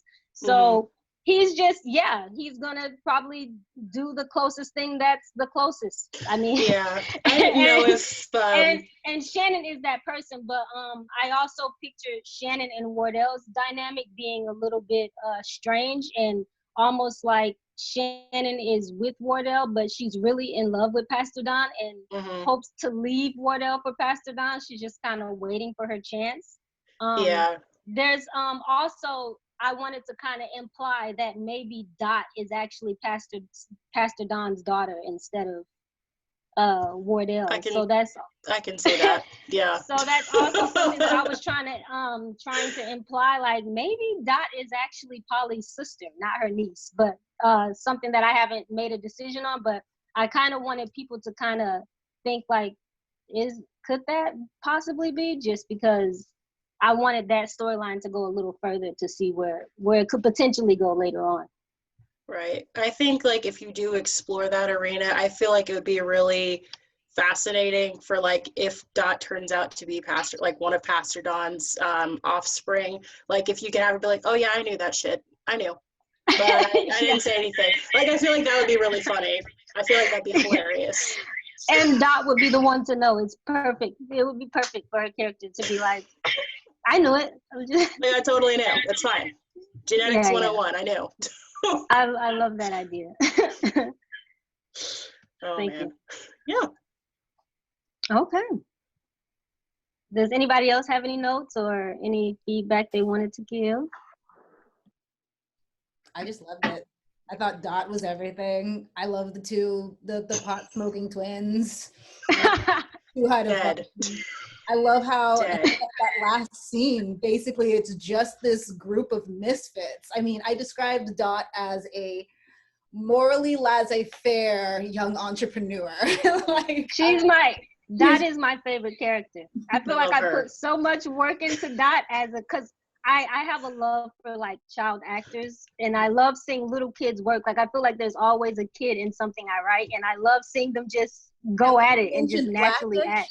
When you mentioned Blackish, I died because I was like, "That's Marseille Martin. That's Marseille Martin." It's Marseille. It's her. It's her. It totally is. It's so her. And I was when I wrote her, I actually had this girl in mind. Like I sometimes when I'm writing, I'll cast it like just like, oh, who would I want to play this? If I knew this famous person, who would I want to? And I thought about the girl from Stranger Things when they brought Millie Bobby Brown. Yes, yeah. She really inspired that character because I was like, she's so snappy, and you don't. I think a lot of times, especially with Black women, we sometimes get afraid of playing those type of characters, the ones that are more bossy and snappy. So I was like, it would just be great if she was a little kid because no one's going to be mad at it. I feel like another contender would be, is it Scarlett Sophia Spencer? Is that her name from Black AF? The one that everyone's afraid of. It's the little girl that everyone's afraid of. I thought of her too. I've seen clips, but I haven't even watched it yet. I need to watch it. There's so much. Watch it for her. It's beautiful. I watched the first 2 episodes. Is it good? That sounds like dissenting opinion right there. Yeah. You know what? Magical. I think when you make Black-ish, you can get a pass. And his class is Black AF. That's what you're gonna Okay. I mean, but I watched it solely for that character. Like everybody else, I like whenever other people came on, I was like, yeah, let me know when she's back. That's the only reason. Bad. It's not bad. I mean, he's hella funny. It's just, it's I don't. It's a little self-indulgent. It is a little self-indulgent, but I love. Is it similar to Curb Your Enthusiasm? No, he tries to do it, but I think he tries too hard to do the Larry David. He tried to go there. He's nowhere don't near. I can't identify with it. I don't think it's identifying because there are a lot of shows I don't identify with, but I just think they're like hilarious. But there's just something that I just don't get. I tried so hard, guys. I really tried. I just don't get it. But you know what? We're gonna watch and support. And do you think it doesn't land? Because I think a lot of people are having some problems with that show because I keep hearing that a lot. Do you guys think it does? For those of you who've seen it, do you think it doesn't land, even though he's trying to do Curb Your Enthusiasm? Because Curb Your Enthusiasm takes very general sociological themes and things that are everyday that we all kind of face, and he's just really neurotic about them. Whereas Black AF seems to be rather, it seems to be kind of like, I'm unabashedly rich. It's more about class and status and trying to say that, like, I'm abashedly rich. I don't know what it's about exactly. That's kind of for me what I'm confused That's the about. Like, problem for me. what is it about? I don't know what he's trying to do. I've heard him say in an interview that he's making fun of himself for being rich for the first time in his life and not knowing how to be rich. So, for example, not knowing that you tuck the chain because when the chain is out, you look ghetto. Not knowing that the Ferrari, the bright orange or whatever green Ferrari is loud and embarrassing. And I get that. But there are moments when he's, his character says things and I'm like, wait a minute, is he trying to teach us? Because he goes back and forth between educating you on like Black history and then also saying something. I'm like, wait, but is this a joke? Am I supposed to laugh? Or is this you trying to teach me Black history? And it just is so confusing. That's what I was getting ready to say. That tonally speaking, I don't feel like he's picking a side. You either have to be totally irreverent with every subject, or you can do the preachy Blackish thing, but you can't do both in the same. Right. You're sum it up so perfectly. Yeah, but it's just tonally dissonant. It's like leave Blackish over there, Blackish, and if you're gonna just be a savage, then just be stay a savage. there. Yeah, stay there. Be a savage all the way. Do you think that this will be a trend? Because I feel like, when content creators get the type of deal that Kenya Barris and I think Ryan Murphy also now, that there's nobody, they sort of become bigger than life in a way, and nobody kind of will give them edits and cuts. Like maybe this could have gone through a round of someone looking at it and saying, hey, maybe you want to structure this or do this, or you know what I mean? Like I wonder if they were just like, Netflix is so desperate to get these stars, right, up their subscriptions. I'm wondering if they just let them do whatever they want and the work kind of falls a little bit in a way. Do you think that? I don't think there was anyone telling Kenya Barris, giving him edits and telling him this doesn't work. No one told him. He's not Larry David. Larry David is a funny, he does stand up. He's a funny comedian actor, and Kenya is a great funny writer, but he is not an actor, and it's very clear. You know what I mean? So someone should have told him that. Yeah. Where you at? I can forgive his acting, but it's just I saw Michelle be on the beach. I was like, okay. It's so confusing the direction that he's trying to go in. But I think the coolest part about that is that when you get enough money, you can make your own show and you can do whatever you want. And literally I think that's anything you want. And that's fine, but it has no rhyme or reason to it. It's like I couldn't even get past the second episode. I really had to watch it. Like it was a pull for me to watch it past the first episode. I was like, all right, supporting Black people, but I was like, I can't. I tried so hard, guys. I really tried. I'd rather marathon something I've already seen. I don't want to belabor this point, but I do want to say that I do think that we're getting to a point where, like in mainstream movies and TV, we have such a plethora of options. We don't have to watch everything, and you don't have to feel obliged to like everything. I don't like Empire. Amen. But I love Black AF, and that is totally okay. And I have to say that realization is what finally made me able to stop critiquing Tyler Perry, because I'm like, no, there are it's not for churches. At a point, you're like, it's not for me. It's not for me. It's for someone. But he still has millions of people tuning in, and I'm like, I'm one of those people because I'm trying to figure out what is the formula, what is happening. There's millions of people tuning in to watch him. He knows but his also, audience, and I'm not gonna sit here and let y'all come for Tyler, because listen, Tyler gave us the Colored Girls, and he also, granted, he didn't write the book, but he did write the script. He did for Colored Girls, and he also did Diary of a Mad Black Woman, which I think was pretty good. Did he have some fails along the way? He did, but he's got some pretty good stuff, and I'm just not gonna let y'all come for Tyler, okay? Oh, but it's not even coming from him. It's like you might not like Tarantino, but other people may love him. I can't feel Tarantino. He But has that, he has that's his where we're at right now with Black art, Black film, and I'm just saying it's totally okay for that to be the case. Yeah, I agree with you. It is totally okay. But don't you feel, is it just me? Don't you feel a sense of responsibility towards the community to watch everything Black? I do. Even if I have to put it on the channel and then walk out the room, like I feel like I'm failing my community. Yeah, for sure. I will turn a show But off do you in a think- heartbeat. I will turn it off. If I'm not interested, I will turn it off. I just what was good about I just watch what I like. I don't even make it about black or white. I have favorite shows with all black people, favorite shows with all white people. Handmaid's I just Tale watch what I is like. my favorite show. Handmaid's Tale. What about? But what about? I will watch a first episode of everything, or the first 3 episodes. I try to give it. So that's what I said I was gonna do it. Black AF. But after a while, if I can't suffer through anything. I just can't.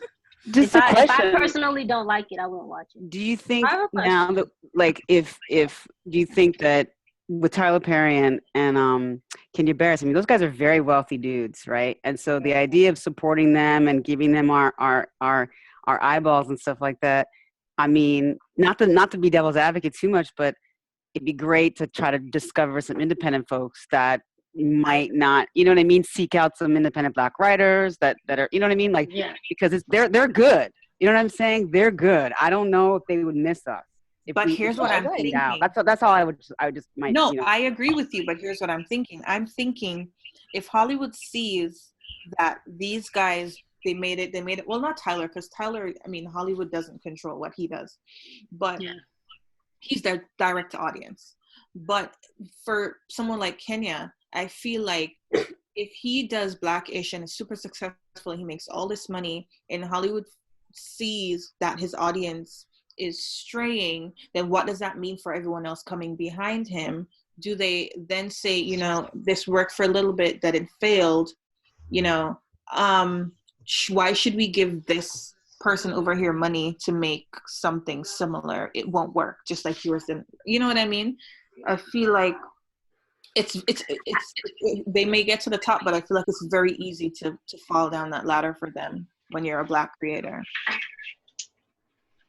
I also wonder if they're kind of closing the door behind them in some way or another. Are you feeling that though? Like it's really narrow. Don't say that. It's feeling very narrow to get in.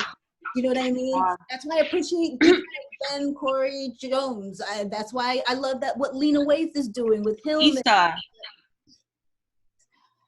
But I hope they're not closing the door behind them. I really hope they hold that door open, because we know this Black Renaissance happens every decade or two. This Renaissance happens, and a bunch of Black folk actors and so on, they get really, really big. In the 90s, we had Nia Long and all these amazing Black actors, and then the door closed behind them, and then it was another 10, 15, 20 years before someone else got in, before we had this huge Black Renaissance again with all the Michael B. Jordans and so I just really hope, the door doesn't close behind them. I don't think it will. I think the only way to make sure that the door doesn't close is to create your own content. Because I think when it's all said and done, if you invest in yourself, you'll always be a creator. So even though it may take a little longer, but that first script, that script you have now, shoot it. Even if you have to shoot it on your iPhone and edit it on your computer by yourself, just take the time to do it so that you can have your own body of work. You can see your own voice on the screen, because who knows how long it'll be before your project is created. Sorry. Yeah, it's like you have to constantly give yourself work, because you just don't know when you're gonna get an opportunity. You don't know how many more Ben Corey Jones opportunities are gonna come around. You just don't, and you can't just sit around and wait. So it's like, just film it and put it out there and let the world judge it, and keep doing it over and over again, and you'll probably create an opportunity for yourself, because some of those people, especially like Tyler Perry, he has what he has because he built it himself. And I will also say this, because I live in Pittsburgh, which is white as hell. In the film, and therefore the film industry is white as hell here, and it's pretty robust. But prior to tonight, I've never ever wanted to get coverage because I've only known white people to give coverage, and they give bad advice. I'm not gonna. They don't understand our tone. Yeah. They don't understand the nuance. Sometimes they don't understand the realism of certain plot lines. Like, I've had people who've wanted to cover me say, well, now would this really happen? And I'm like, you're not a Black woman, so you just simply can't speak to that. And so don't judge the reality of the plot, because that's not your bag. You just don't know. Yeah. And so I would also say Tyler doesn't listen to white people, and I would encourage everyone else to not do that. I'm not saying don't take any critique, but when it comes to the world that you know, be very leery about that. And I've been able to be a little bit assertive, even though I'm starting at the bottom. When I talk to the production companies, I'm very firm in, I know this world, you don't, but you know everything else. But the world is what I know. Right. So don't be afraid to do that. Come on, girl. Right. It's like of course it would happen. I fucking wrote it. Duh. Like Yeah, I'm the only other Black in the screenwriting room that I work in before COVID. And this one guy wrote a script, and it featured an older man who, like, you know, picked up a younger boy, and his mom was totally cool with it. 1970s, nothing happened. And a white person living today in this era of molestation was just like, would that even happen? And I'm like, oh my goodness, I had a deacon pick me up every week for church. That happened all the time in a small Black town, right? But it was totally foreign to them. So yeah. But isn't it annoying to have to like explain? I mean, I know we have to just like explain to people what like I hate having to explain Black shit to people. I hate doing table reads with white people, and I'm like, they're gonna read this line wrong, or they're gonna put a really like antiquated slave dialect on the dialect, and this shit's gonna be uncomfortable. Damn. One of my favorite series, which is You on Netflix. Yeah. That is good. My good, beautiful Black sister that was in that series that dated the serial killer, when they broke up, and she said, "Where's my shit? I'm out." Her hair is natural and beautiful. She's got a whole lot of natural hair. Oh, and yeah. Some dumbass writer was like, had her saying, "I need my straightening iron." And I'm like, straightening iron for what? Her hair is natural and kinky, and we have never seen her hair straight in any episode. But they had her saying, you know, I need to find their way of telegraphing Black, because they didn't know how to do it. Right. Apparently there's no one in the writer's room that was like, yeah, she doesn't use straightening irons, clearly. Now, I have a question for you guys. When writing dialogue for Black people, do you guys use like African American vernacular like in the script, or do you just write it with, I guess, regular American? Like, I don't know how to make an example, but just the way we talk, especially if someone's from a more urban area. AAVE is like Mandarin. It's all about the delivery, not so much about how it says.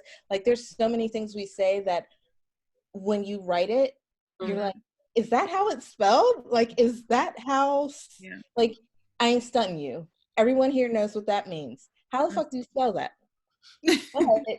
But I just had to make it up. But Black people read it and they know what I mean. Now, if someone has a Southern dialect, because I'm writing a movie that takes place today, but she also goes back in time to the 1960s in Alabama, I just say Southern Black dialect and then just write it regular. But I also come from the August Wilson School. I love Black language. I think it's beautiful and melodic, so I do love to use it, and I deploy it frequently. Okay. Well, to answer your question, as someone who's Canadian, the idea of writing African American is kind of a funny question for me, because I'm not African American, obviously, because I'm not American.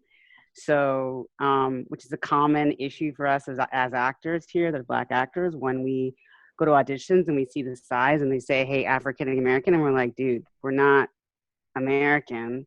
So, you know, it's kind of, they forget that, like, not to be like nationalistic, but there is a difference, you know. And so it when I was at UCLA trying to write, I mean, when I had to write I wrote a spec of Blackish, and I've never written anything sort of specifically cultural.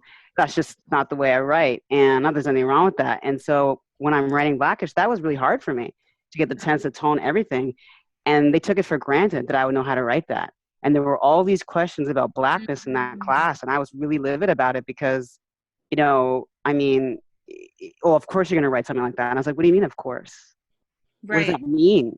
What are you talking about? They're lumping us all into one basket. Yeah, it's crazy. For granted that, you know, there are a lot of Black people who are even living in America that are not fully hip to American Black culture, African American culture, because you may, you know, you're Black, but maybe you grew up in the Caribbean or in Africa, like Yvonne Orji, or, you know, well, she grew up here, but she spent some of her childhood in Nigeria. And, you know, people do, you know, I can imagine they take it for granted that you do fully understand African American culture. I get it, but that doesn't mean that I automatically am going to write something like that. Of course, I can speak and spoke and all that, but I mean, it's not easy to just write it in someone else's language. It's not. It doesn't flow off. Fait accompli. It's not like, you know, it still takes work. Mm-hmm. You know, we are still a little bit different. I mean, I knew that when I got to LA. I was like, whoa, you know, it's just, as a Black person growing up in Canada, in Toronto, it's just super different. I can't even stress how super different it is. And I feel sorry for y'all. I'm not sorry for y'all, but I'm like, I get it. I get white American people are the worst. But that's the thing. God. You feel that way about white. It's just it's just so different. I've had this conversation so often about, because I have friends that are just like, oh, how do you stand hanging with white people? And I'm like, but it's just they're just different white folks here. There's still some jackasses, don't get me wrong.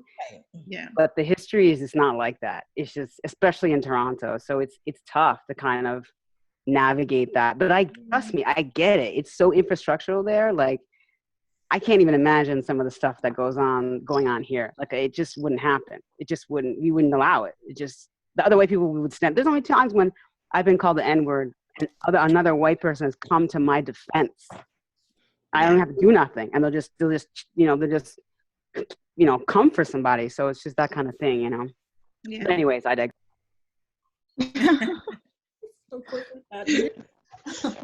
I feel like it depends. For Carol, girl, you got to change that name. I keep calling you Carol Baskin. I'm sorry.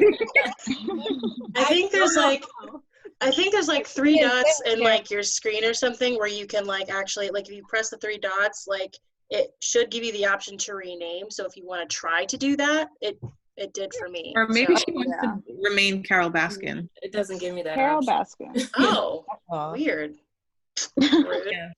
No, but I think it depends on who. I think you know who your characters are. Like, for my girls that I'm writing in adulting, like, I know who they are. They are those women who are super, you know, educated and intelligent, but they know how to code switch. So, and because I'm like that, because I know how to code switch, it flows easily. I think it gets more complicated when you're writing for a different culture. Mm-hmm. As we've seen many times in the past, when it comes to white writers writing for Black characters, I think like that's when it gets a little bit more complicated. But for me, I want it to sound natural, so I just, you know, sort of lend them my voice, sort of. Yeah, so I am formulating individual characters who are all different, but I just lend them the way I would speak.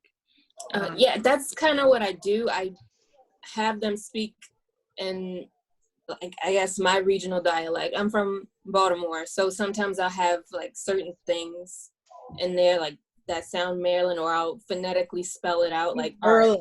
Like, it's all right, but it's art. Oh, okay, girl. Right.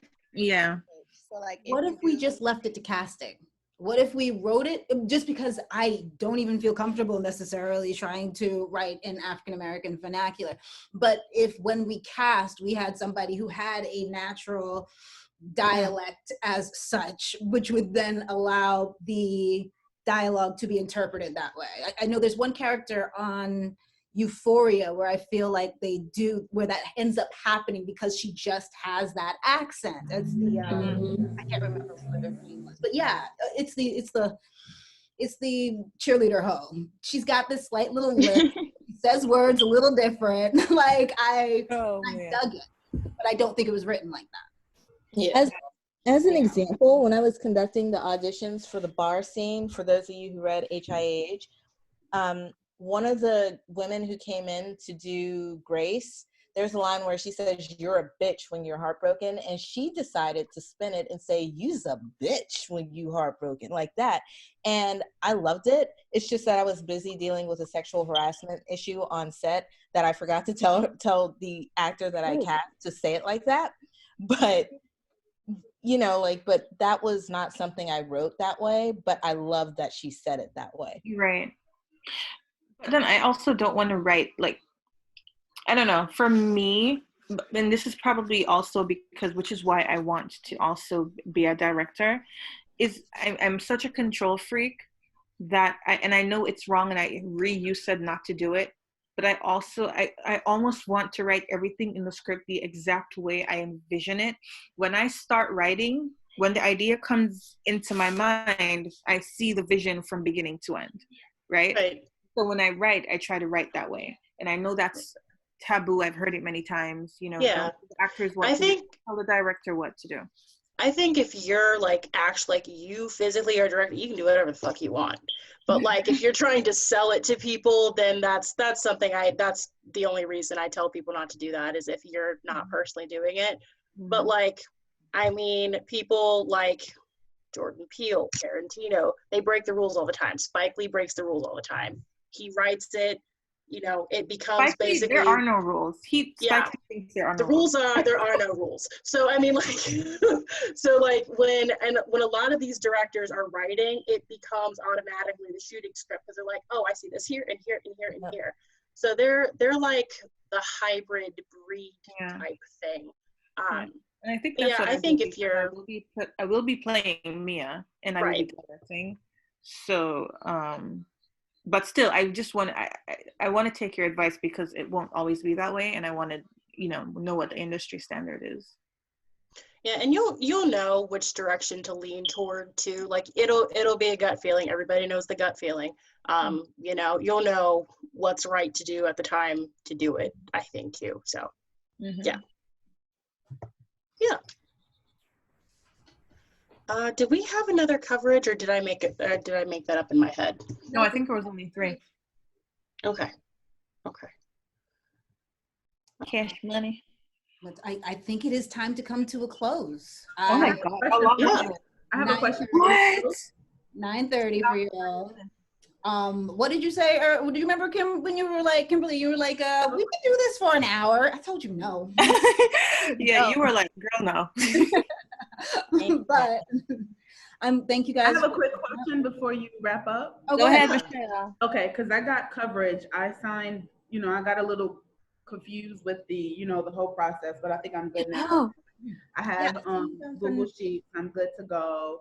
I got your coverage sheet back, Reed, but I didn't send it to you. So I guess when I put it in the Dropbox, I guess you'll be able to look at it, Kashmir, and okay. And then I have another one I'm gonna submit as well. Allison, are you signing up for coverage for next meeting? Yes, I didn't know the format. I didn't know if you were doing it for meetings, or we were just going to do it like on our, like, just send them out, the coverages out to people. I didn't realize the confusion. It can be either one. Yeah. Okay. Yeah, you can choose if you want it to be done on here, or if you just want it to be a private thing between you and Ree, or you and Cash. Now, do you resubmit it after you make your revisions? Good question. You can. I feel like you can. I think I'm down. Yeah, I think you should. And then, and that'd be good too, because then you can see your growth. Like, it'd be good to have something to measure your growth by. I love that. So, a question I had was for people I did coverage for. I think Shakia, you're okay, but I'll reach out to you too. So I know that there are some elements I need to fix, because what I want to do is I want to make sure everything's correctly represented. That way, when I upload it in the Dropbox, everything that's correct is there, and that way people can use it as a reference. That way, if you do have to hand over a coverage to a producer, you don't have to worry about it being wrong. So I think I'm going to follow up with the people that I did coverage for. I think, Kimberly, there's a couple things I have to fix in the coverage, and then I'll send it to you. You can tell me yay or nay, and then, but I won't upload anything until I make those corrections. Sound fair? Sounds good to me. Yeah. I was gonna say, in terms of mine, you want me to make the revisions and then put it in the Dropbox? Oh, if you want to, you can. Like, if you want to make the revisions and then you want to resubmit it, and then I can do the coverage, like do the coverage again, I don't mind doing that. So if you want to wait for me to upload that, that's totally fine. So So you want me to revise it and then send it back? Mm-hmm. Yep. Okay. Okay. And just to be clear, so Allison, you'll be doing coverage next time. Yeah. So when is the I'm next really meeting? excited about that. So you're going to focus more on formatting. More, not so much format. I mean, structure, like narrative structure, character arc, and making sure that all that is kind of cohesive and aligned, and just sort of that's just kind of more. I'm so happy about this. This is so Yeah. Yeah. I was gonna say too, I'll be available from after next week on because I'll be graduated.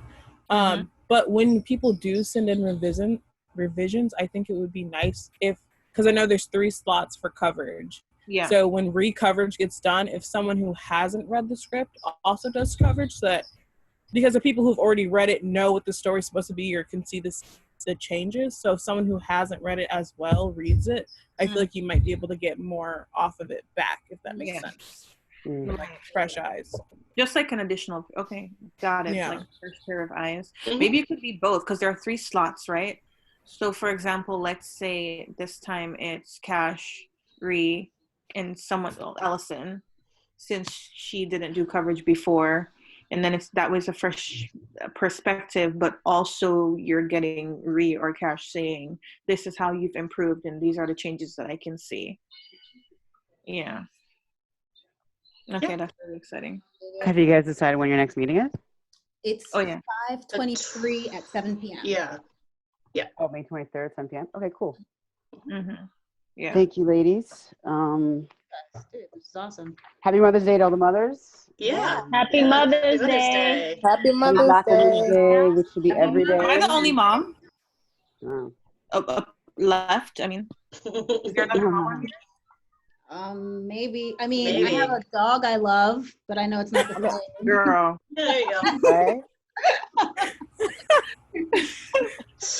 Oh goodness. I All can't. right. All right. Well, have a good rest of your weekend, you guys. Yeah. And happy Black Women's Day, which is every Oh, day. wait. Don't go. Wait, one last thing, and then y'all can go. Who's going to work on the Ahmad thing with me? Kim and Michelle. And there's one, there's like 2 more people. Huh? And then what was her name? Nazreen. Oh, yeah. Yeah, she said she would consult on it too. Yeah. Okay. Excellent. Yeah. All right. That's it. Bye. Right. Go. Good night, ladies. Bye. Stay Good night. Bye, beautifuls. Bye. Wait, end the meeting.